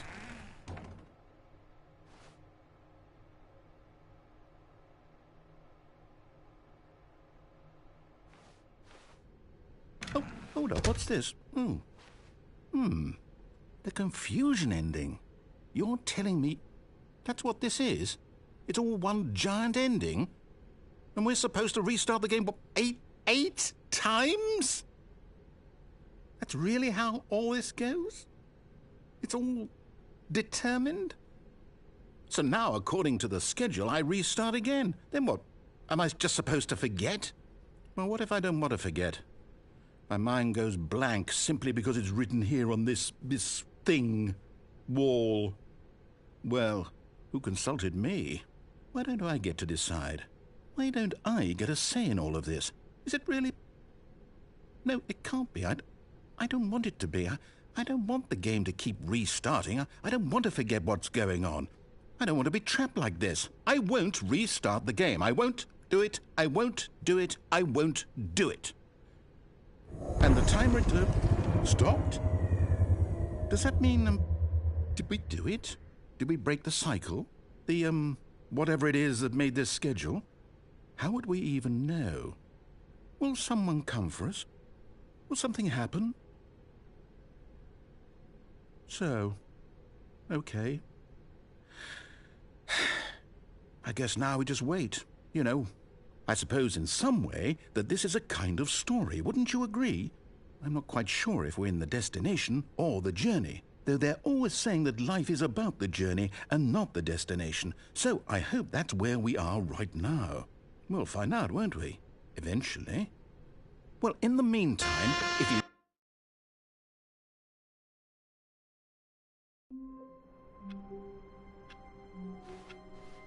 All of his co-workers were gone. What could it mean? Stanley decided to go to the meeting room. Perhaps he had simply missed a memo.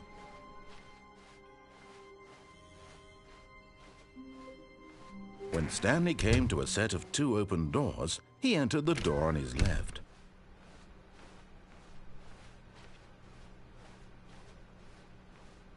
Yet there was not a single person here either. Feeling a wave of disbelief, Stanley decided to go up to his boss's office. Coming to a staircase, Stanley walked upstairs to his boss's office.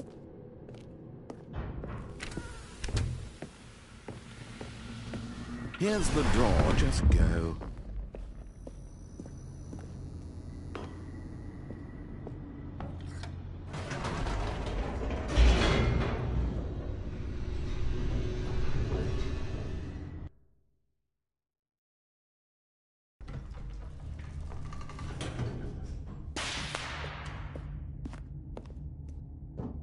Stanley walked straight ahead through the large door that read Mind Control Facility.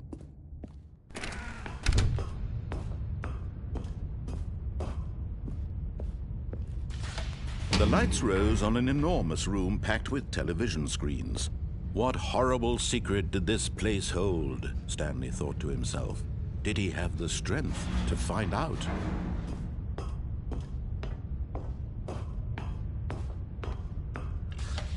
Now the monitors jumped to life, their true nature revealed. Each bore the number of an employee in the building, Stanley's co-workers. The lives of so many individuals reduced to images on a screen, and Stanley, one of them, eternally monitored in this place where freedom meant nothing.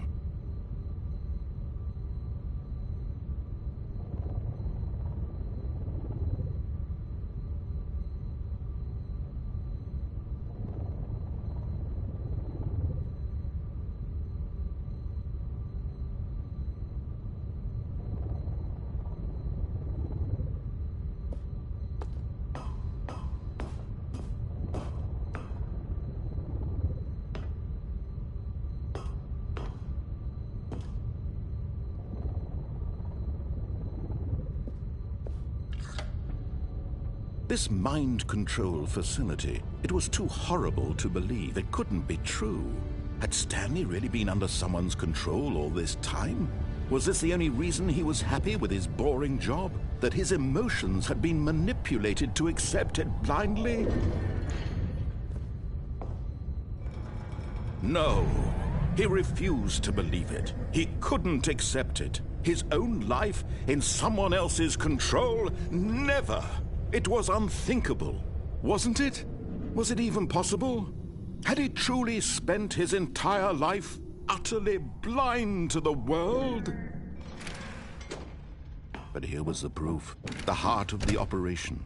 Controls labeled with emotions, happy or sad or content. Walking, eating, working, all of it monitored and commanded from this very place. And as the cold reality of his past began to sink in, Stanley decided that this machinery would never again exert its terrible power over another human life. For he would dismantle the controls once and for all.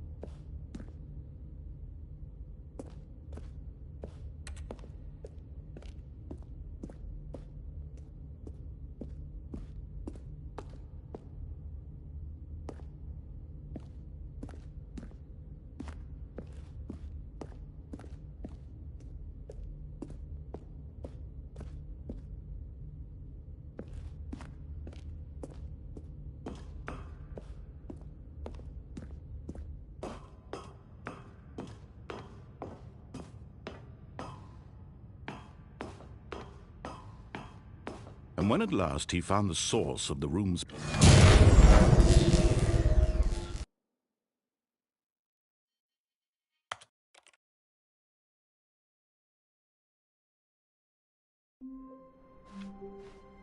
Just a step through this door, Stanley thought to himself, that's all I need. If I can make it through this door, I can make it through them all.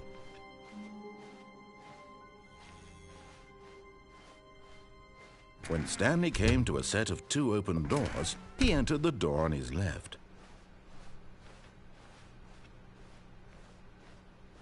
Yet there was not a single person here either. Feeling a wave of disbelief, Stanley decided to go up to his boss's office. Coming to a staircase, Stanley walked upstairs to his boss's office.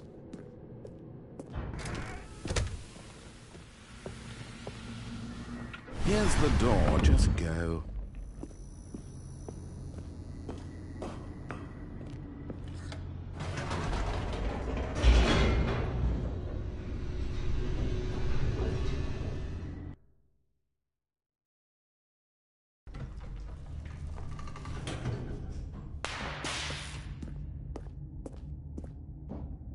Stanley walked straight ahead through the large door that read Mind Control Facility.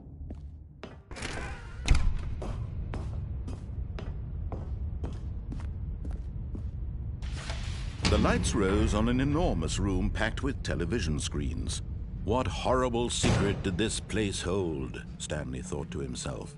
Aha! You've made it to the bottom of the Mind Control Facility. Welcome! You see, back when the Stanley Parable first launched in 2013, getting to the bottom of the Mind Control Facility was a bug that we simply didn't catch during development. And you all sent us lots of photos of it on Twitter and acted very superior about it.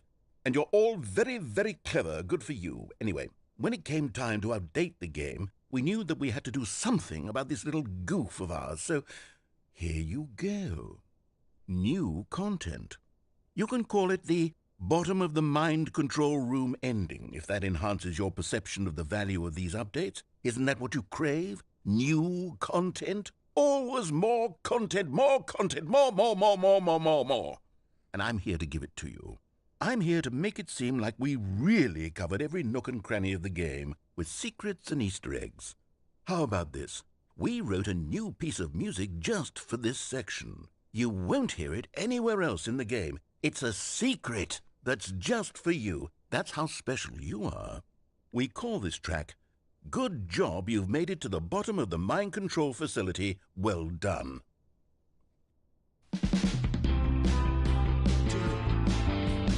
Good job. You did it. Good job. 3, 2, 1. Good job. You made it to the bottom of the mind control facility. You jumped on the catwalk. You should have been careful. You should have been careful. It used to be a bug, but now it's an ending. Now it's an ending. I believe in you. I believe in your ability to cross this barrier and chase your dreams. Railings don't mean anything.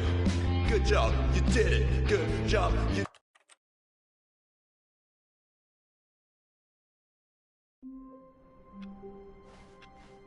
Stanley decided to go to the meeting room to check on his co-workers. He never functioned well by himself and constantly needed support and guidance from others, so the thought of total solitude was terrifying to him. When Stanley came to a set of 2 open doors, he entered the door on his left.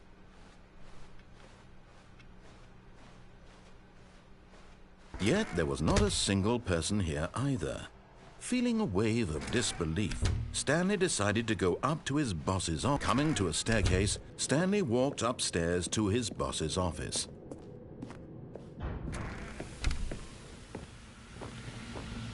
Here's the door, just go.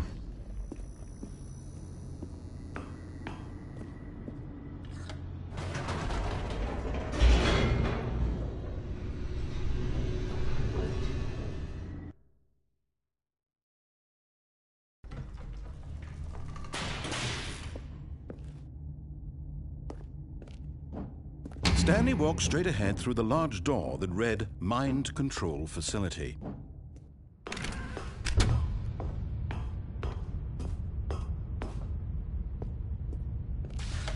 The lights rose on an enormous room packed with television screens. What horrible secret did this place hold? Stanley thought to himself. Did he have the strength to find out?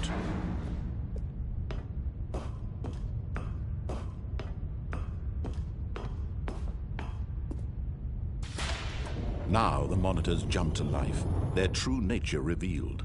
Each bore the number of an employee in the building, Stanley's co-workers. The lives of so many individuals reduced to images on a screen, and Stanley, one of them, eternally monitored in this place where freedom meant nothing. This mind control facility, it was too horrible to believe. It couldn't be true. Had Stanley really been under someone's control all this time? Was this the only reason he was happy with his boring job? That his emotions had been manipulated to accept it blindly? No, he refused to believe it. He couldn't accept it. His own life in someone else's control? Never! It was unthinkable, wasn't it? Was it even possible? Had he truly spent his entire life utterly blind to the world? But here was the proof, the heart of the operation. Controls labeled with emotions, happy or sad or content. Walking, eating, working, all of it monitored and commanded from this very place.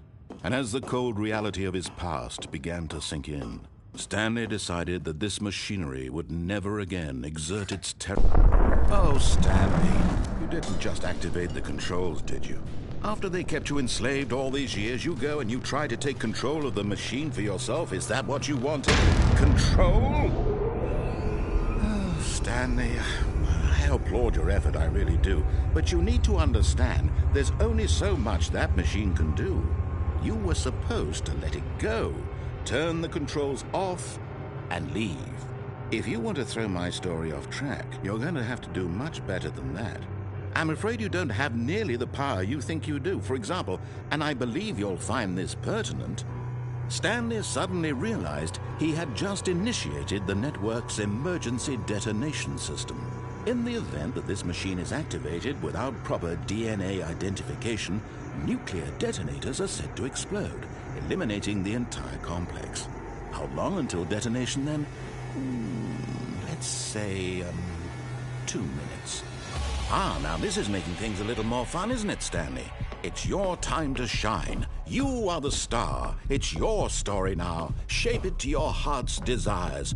Oh, this is much better than what I had in mind. What a shame we have so little time left to enjoy it. Mere moments until the bomb goes off. But what precious moments each one of them is.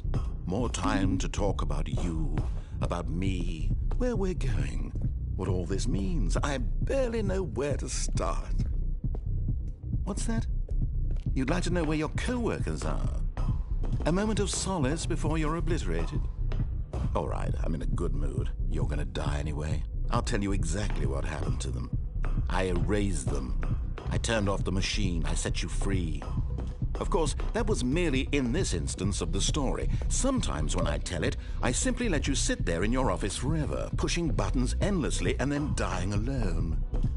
Other times, I let the office sink into the ground, swallowing everyone inside, or I let it burn to a crisp. I have to say this, though, this version of events has been rather amusing. Watching you try to make sense of everything and take back the control wrested away from you, it's quite rich. I almost hate to see it go. But I'm sure whatever I come up with on the next go-around will be even better. My goodness, only 34 seconds left. But I'm enjoying this so much. You know what? To hell with it. I'm going to put some extra time on the clock, why not? These are precious additional seconds, Stanley. Time doesn't grow on trees. Oh dear me, what's the matter, Stanley? Is it that you have no idea where you're going or what you're supposed to be doing right now? Or did you just assume when you saw that timer that something in this room was capable of turning it off? I mean, look at you. Running from button to button, screen to screen, clicking on every little thing in this room. These numbered buttons, no, these colored ones. Or maybe this big red button, or this door. Everything, anything, something here will save me. Why would you think that, Stanley? That this video game can be beaten? Won? Solved? Do you have any idea what your purpose in this place is? Stanley, you're in for quite a disappointment. But here's a spoiler for you. That timer isn't a catalyst to keep the action moving along. It's just seconds ticking away to your death. You're only still playing instead of watching a cutscene because I want to watch you for every moment that you're powerless. To see you made humble. This is not a challenge. It's a tragedy. You wanted to control this world, that's fine. But I'm going to destroy it first, so you can't. Take a look at the clock, Stanley. That's 30 seconds you have left to struggle. 30 seconds until a big boom and then nothing. No ending here, just you being blown to pieces. Will you cling desperately to your frail life, or will you let it go peacefully? Another choice. Make it count, or don't. It's all the same to me, all a part of the joke. And believe me, I will be laughing at every second of your inevitable life from the moment we fade in until the moment I say, happily ever after.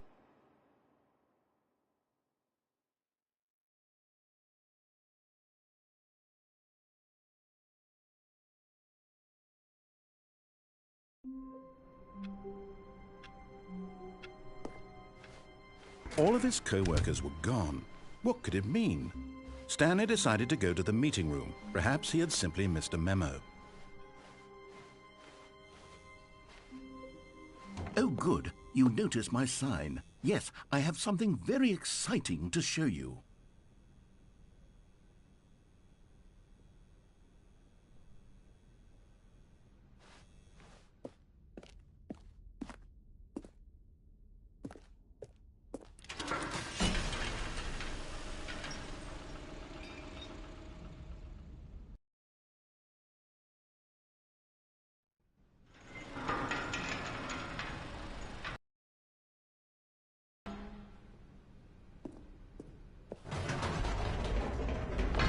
You see, Stanley, I've been reflecting on the Stanley Parable and about how roundly disappointing this ultra-deluxe version has turned out to be.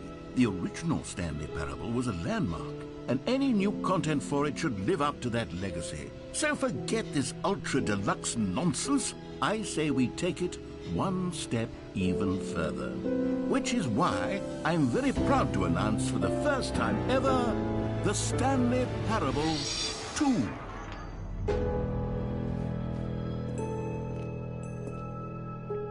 Yes, you see, isn't this far superior to a measly port with a few minor additions? Think of all the new territory we'll cover with a fully fledged sequel. An entirely new experience, built from the ground up.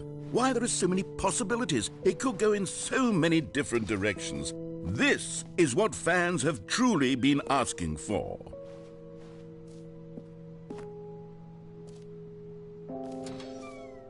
Now, to be clear, I haven't quite nailed down what exactly the Stanley Parable 2 is going to be, but let's take a look at some of the features I've been developing for it. I figure that if I can loosely organize a handful of interesting concepts, that surely the game will sort of naturally spring up around them. It'll all work itself out. Game development is much more of a fuzzy magic than anything scientific or logical, really. Here we are. Go on, try out some of the new features. For the Stanley Parable 2, I asked myself, what do players really want? And of course, the first and most obvious answer is that they want to be individually recognized and validated as people.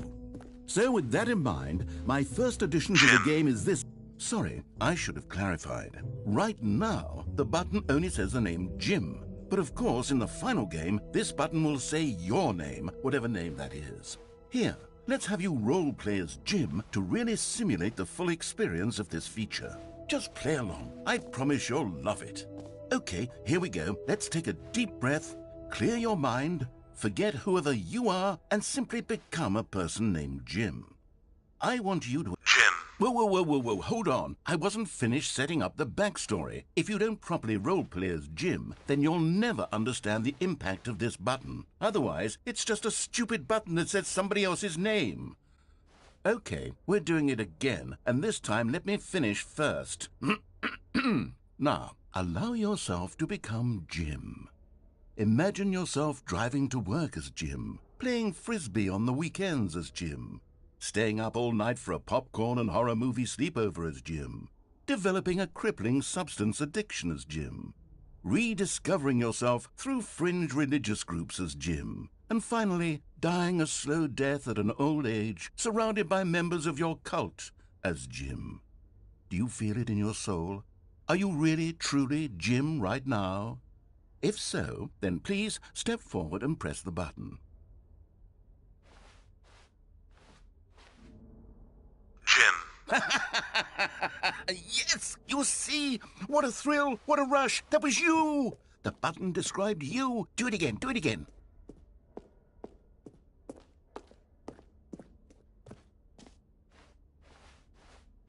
Jim. Ooh, it hits even harder the second time. If this were the only new feature in the Stanley Parable 2, it would still be worth the money. Let's take a break from the Jim button. I'm too emotionally drained from all of this personal validation.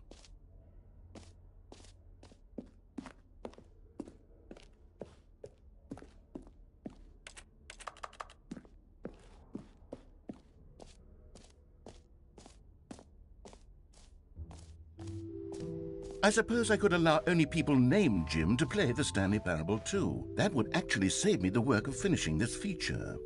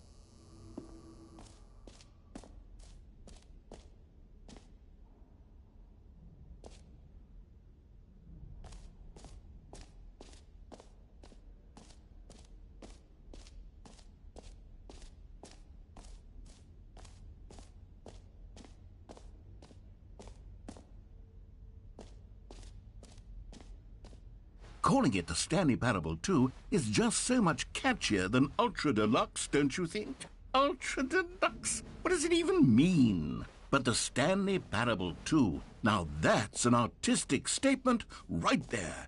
It's future-oriented. It screams progress and innovation and long-term franchising potential. Ah, collectibles.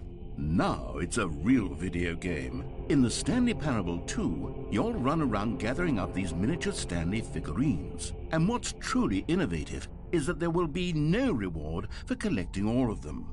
I don't want to stifle the intrinsic joy of watching a number go up. You simply collect all of them, and then you move the hell on with your unremarkable life.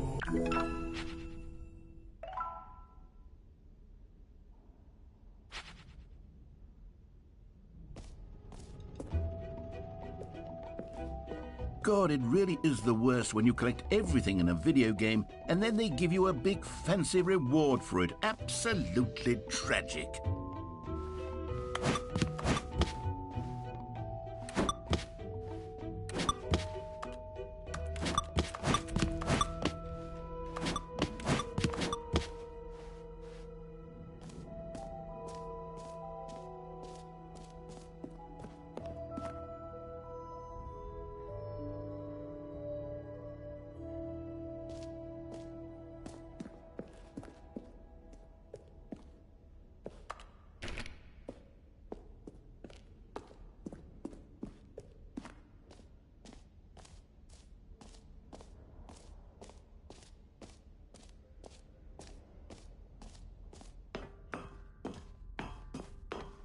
An epilogue would be fun, wouldn't it, Stanley? Yes, it would go at the end of the, well, we'll figure that out later.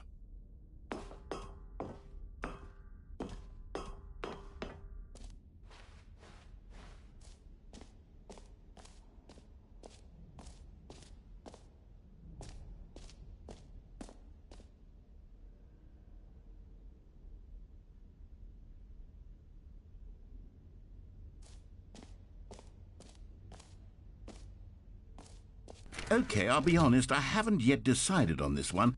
I think that in the new version, the office could use a bit of decoration, like balloons. But I'm undecided on Get Well Someday and Happy 12th Birthday. Which would you go with?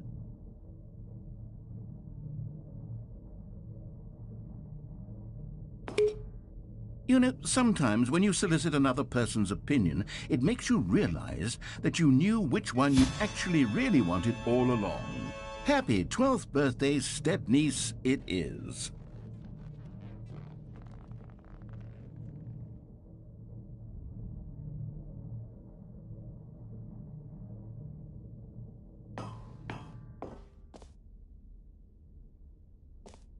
Or actually, maybe I should have gone with... No, I've made my decision. We're moving on.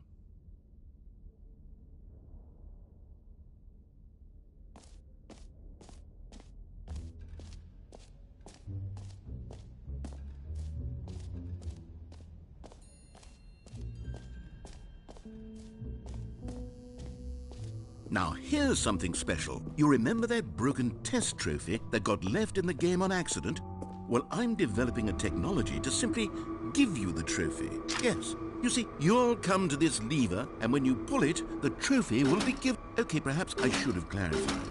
This is technology that will exist. Right now, the trophy is still fully broken. I'm not a wizard, Stanley, but I guarantee it will be fixed in the sequel to at last satisfy the hordes of ravenous fans all over the world who have been uproariously demanding this. Gamers, we hear you. And I promise it will happen. What else? What other exhibits haven't we seen yet?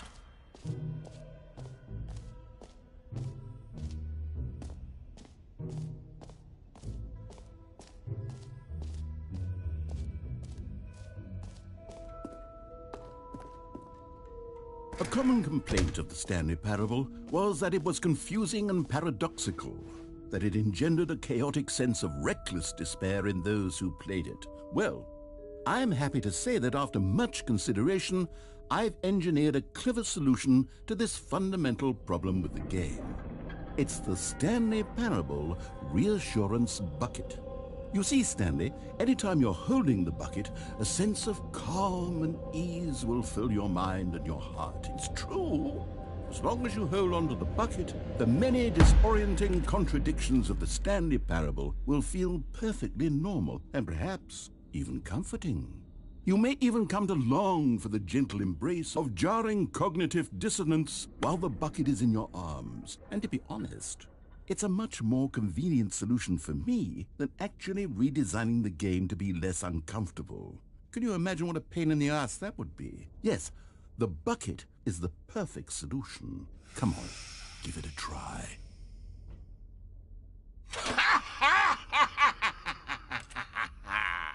Can you feel it? The glow of comfort, even in the face of crushing despair, must already be sweeping through your body. And in fact, can I say that I do believe the bucket lends you an air of charisma as well? I think that just holding it has made you the slightest bit more attractive as a person. The benefits of the bucket seem to go on, don't they? All this and more await you in the Stanley Parable 2.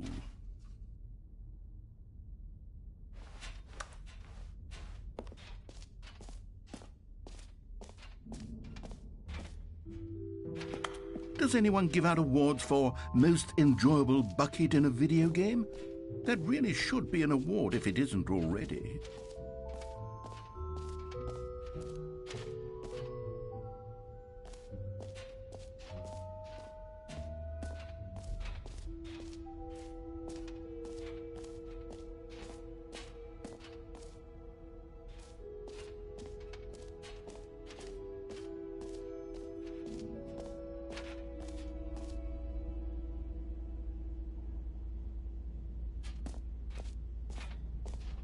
Stanley, here's an idea that I'm truly fond of. It's never been done before in a video game.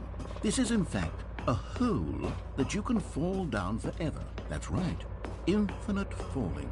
You can fall until the end of time, if you like. A stunning leap forward for video games as a medium.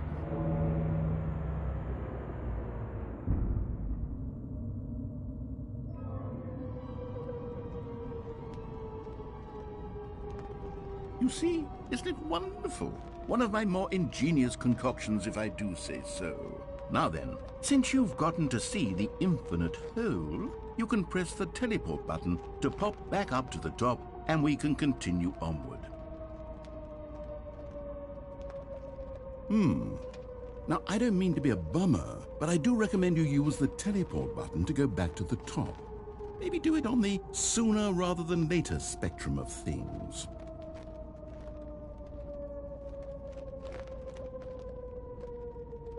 Okay, Stanley, I don't know quite how to say this tactfully, but it's possible that I slightly exaggerated the infinite nature of the hole.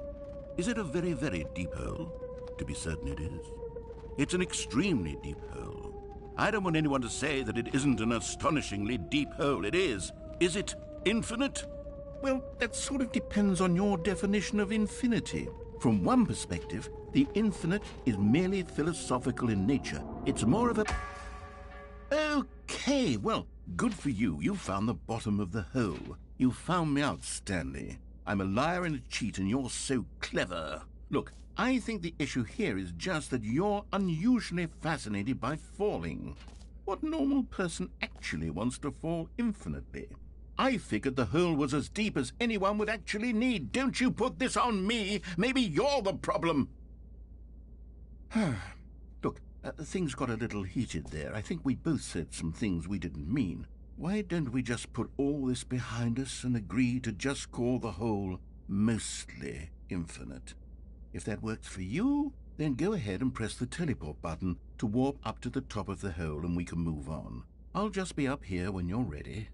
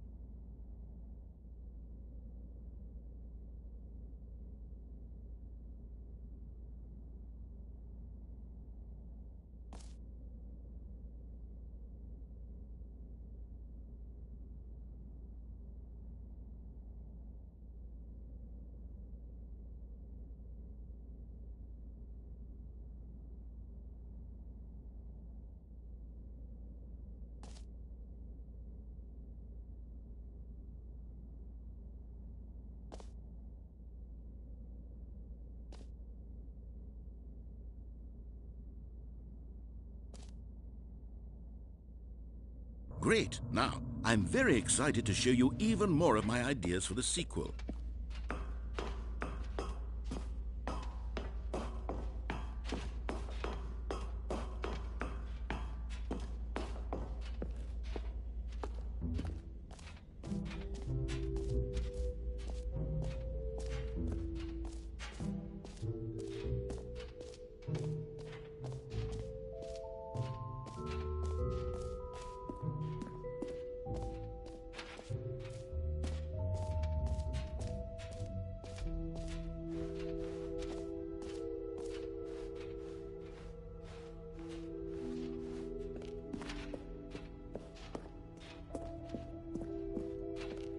All right, have you seen everything you wanted to? Ready to move on now?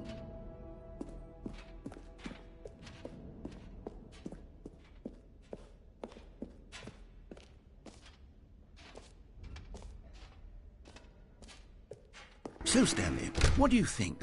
Do you like all of the new features? Yes, I know it's not exactly clear yet how exactly these features will come together as one single coherent video game, but I can feel it in my soul. It's going to work. There's definitely a good game in there somewhere. Say, let's do an experiment. I'll arrange these new features together, and we'll see whether or not it coheres into a meaningful gameplay experience. Okay, are you ready? Here it is. I give you the Stanley Parable II.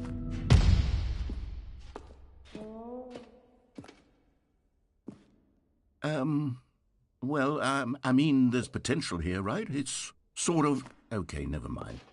Hold on, let me do a different arrangement. Okay, yes, this is much better. I feel good about this. Here we go. version 2. Who am I kidding, Stanley? This isn't a coherent video game at all. It's a lot of gags. And I do very much enjoy creating gags, but they don't add up to anything. I wanted more than anything to create a sequel that would capture all the magic of the first game. I wanted fans to love it. No matter how good these gags are, they won't stand on their own. They would need the structure and the gameplay of the original. Wait, maybe that's it. I can take the original Stanley Parable and simply, well, insert a few of my new features into it. Tastefully, of course.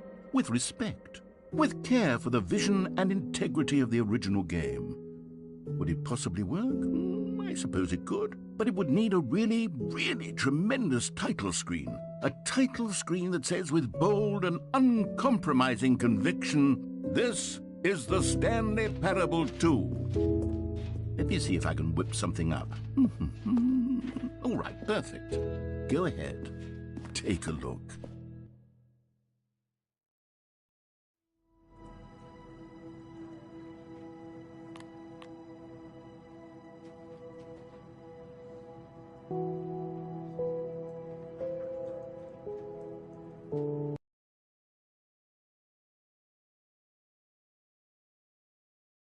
This is the story of a man named Stanley. Stanley worked for a company in a big building where he was employee number 427. Employee number 427's job was simple. He sat at his desk in room 427 and he pushed buttons on a keyboard. Orders came to him through a monitor on his desk, telling him what buttons to push, how long to push them, and in what order. This is what employee 427 did every day of every month of every year. And although others might have considered it soul-rending, Stanley relished every moment that the orders came in, as though he had been made exactly for this job. And Stanley was happy. And then one day, something very peculiar happened. Something that would forever change Stanley. Something he would never quite forget. He had been at his desk for nearly an hour when he realized that not one single order had arrived on the monitor for him to follow. No one had showed up to give him instructions, call a meeting, or even say hi. Never in all his years at the company had this happened, this complete isolation. Something was very clearly wrong. Shocked, frozen solid, Stanley found himself unable to move for the longest time. But as he came to his wits and regained his senses, he got up from his desk and stepped out of his office. All of his co-workers were gone. What could it mean? Stanley decided to go to the meeting room. Perhaps he had simply missed a memo. Stanley picked up the bucket.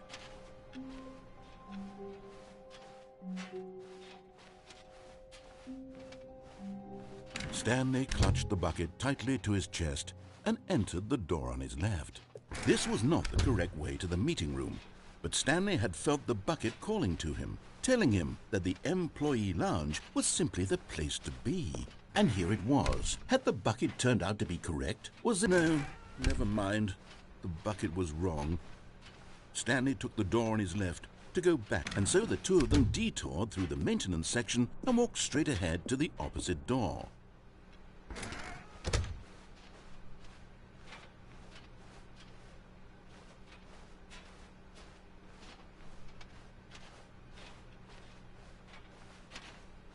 Still no one was here. Stanley needed the bucket's warmth and comfort now more than ever. Perhaps his boss's office was coming to a staircase. Stanley and the bucket walked upstairs to the boss's office. Stepping into his manager's office, Stanley was once again stunned to discover not an indication of any human life. Crushed by the weight of this revelation, Stanley may have broken down into an emotional dumpster fire if not for the soothing presence of the bucket. Even now, in his darkest of hours, did the bucket's warmth and guiding light, but Stanley guessed the correct code by sheer luck. Was it that the bucket knew all along? Was the bucket guiding him? Yes, this is certainly the most logical explanation. You found one of them. One of the miniature Stanley figurines. Remember, no reward for collecting all of these, only the intrinsic pleasure of a job well done. You can't buy that sort of happiness, Stanley. God knows I've tried. So, I implore you to savor each and every moment you come across one of these beautiful figurines.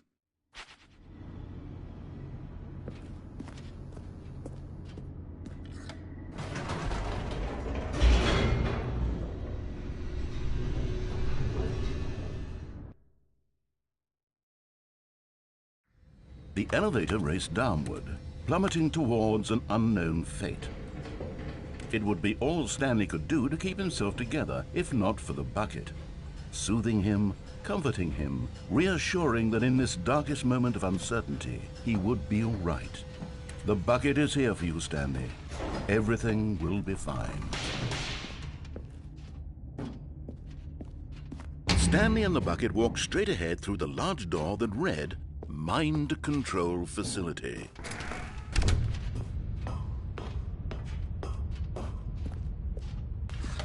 The lights rose on an enormous room packed with television screens. What horrible secret did this place hold? Stanley and the bucket both wondered to themselves.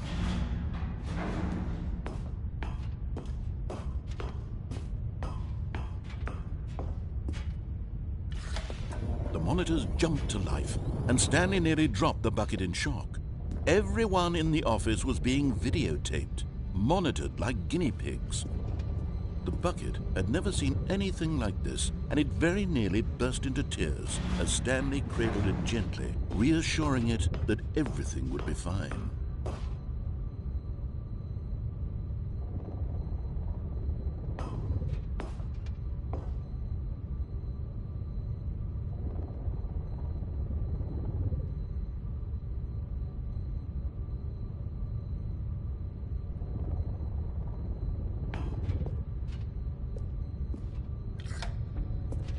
Was the bucket under the mind control facility's influence as well?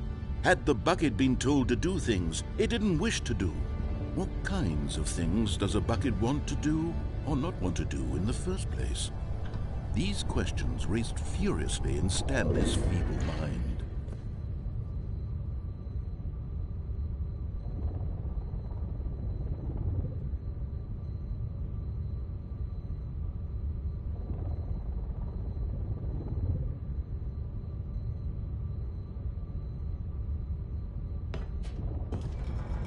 No! He screamed into the bucket. He couldn't accept it. His own life in someone else's control, never! He squeezed the bucket tighter, his one friend in the entire world. At this point, he could trust no one except for the bucket. But here was the proof. The heart of the operation. Controls labeled with emotions, happy, or sad, or content. Walking, eating, working, all of it monitored and commanded from this very place.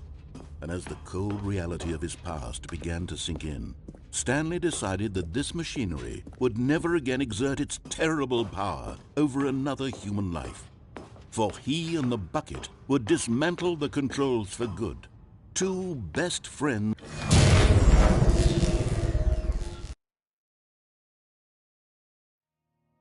Stanley and the bucket waited in blackness. Was it over? Yes, they had done it. Stanley and the bucket had defeated their greatest and darkest enemy, freed themselves from the tyrannical grip of the evil mind control machine. Freedom was now mere moments away. Excitedly, the two of them began to discuss the kind of life they wanted to live once they stepped through this massive door. The bucket wanted to learn to roller skate. Stanley wanted to sneeze in every country on Earth. Both of them wanted to begin watching a movie, any movie, but then stop it halfway through and begin watching it in reverse from the end. True, it was a simple life they envisioned, but it was one they'd lived together, with one another to lean on, to trust, to support. What? Wait. What was happening? Why had the door stopped? Was Stanley and the bucket not about to be freed? An unbearable silence filled the room, lingering in uncertainty. until finally the truth hit Stanley square in the face. This building did not want the bucket to leave. Even the facility itself recognized the incredible calming presence of the bucket, needed the soothing warmth of the bucket, would go to any lengths not to part with the bucket. No. Stanley can't leave this place, not while he has such a precious bucket in his arms, not while this building has anything to say about it. Stanley realized he would never again leave this very room, but at least he has the bucket.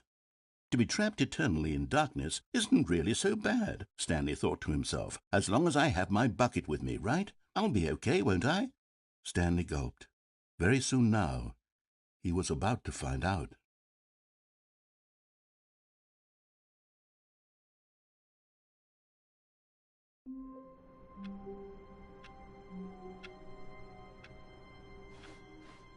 All of his co-workers were gone. What could it mean? Stanley decided to go to the meeting room. Perhaps Stanley lifted the bucket into his arms, and a wave of comfort rushed over him.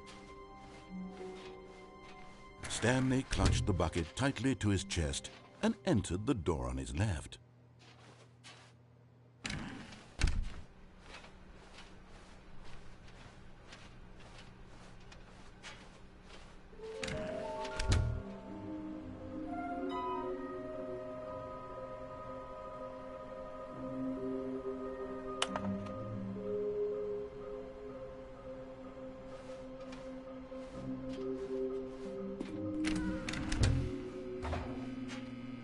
Oh, Stanley, can you feel it?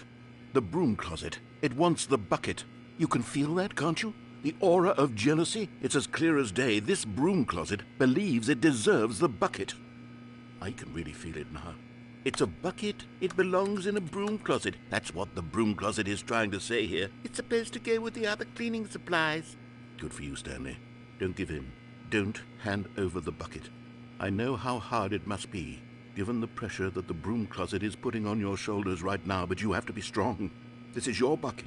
This is your companion and lifelong friend. You can't hand it over.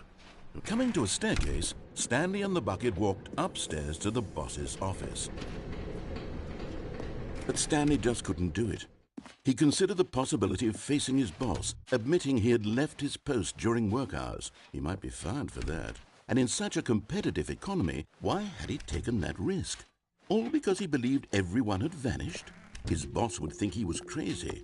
And then something occurred to Stanley. Maybe, he thought to himself, maybe I am crazy. He looked down at the bucket in his arms. Am I crazy? He asked the bucket. The bucket returned his gaze, but said nothing at all. That's strange, Stanley thought. Usually the bucket is a source of guidance and wisdom for me in difficult times such as these. He held the bucket close, yet felt none of its familiar reassurance and comfort. And that's when Stanley realized, this isn't my bucket. It's just a normal, everyday bucket. Someone else's bucket, perhaps. How did I end up with someone else's bucket? This is all terribly wrong. Surely no good would come from this. Who knows what sorts of bizarre hallucinations Stanley might experience without the psychologically grounding presence of his bucket. And indeed, now he noticed that the rooms were repeating, which was, of course, very odd. And now he felt himself floating off the ground.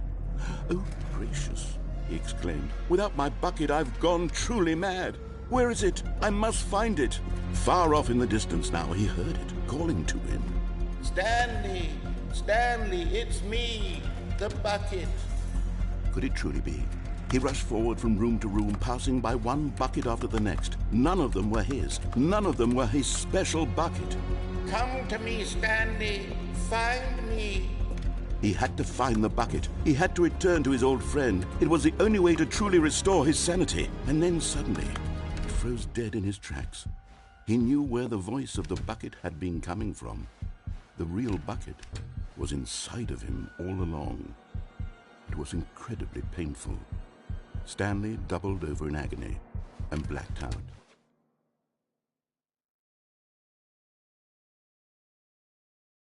This is the story of a woman named Mariella. Mariella woke up on a day like any other.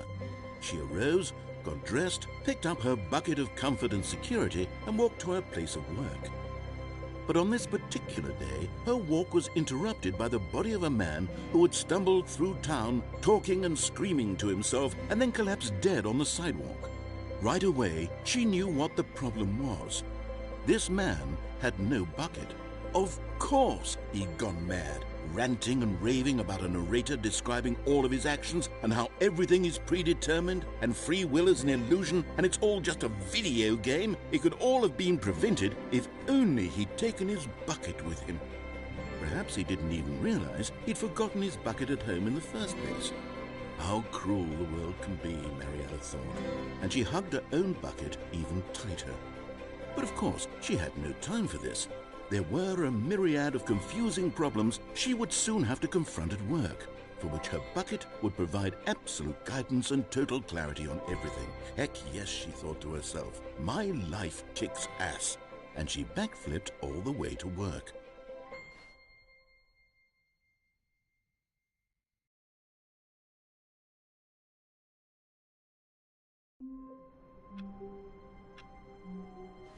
All of his co-workers were gone. What could it mean? Stanley decided to go to the meeting room. Perhaps he had simply missed a memo.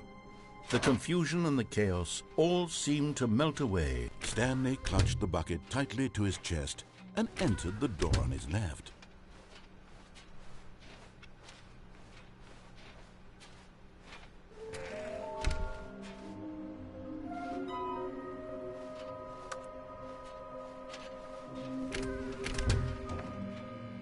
Oh, Stanley, can you feel it? The broom closet. It wants the bucket. Coming to a staircase, Stanley and the bucket walked upstairs to the boss's office.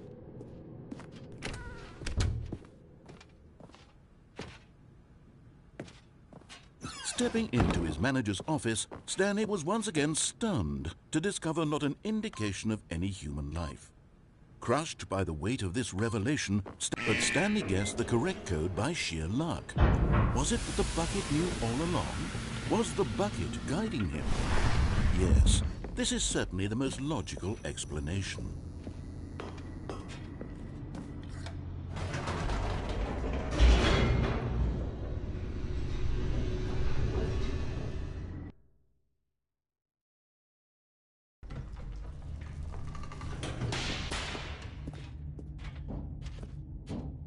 Stanley and the bucket walked straight ahead through the large door that read, Mind Control Facility.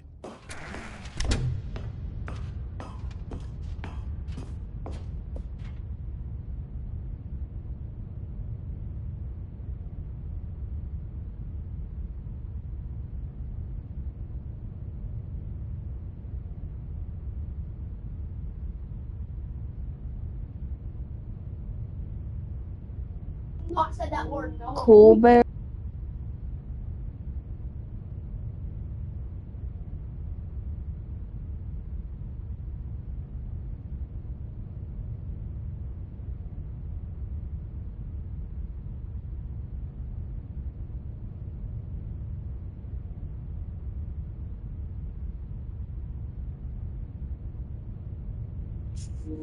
Colbert zusammengespielt.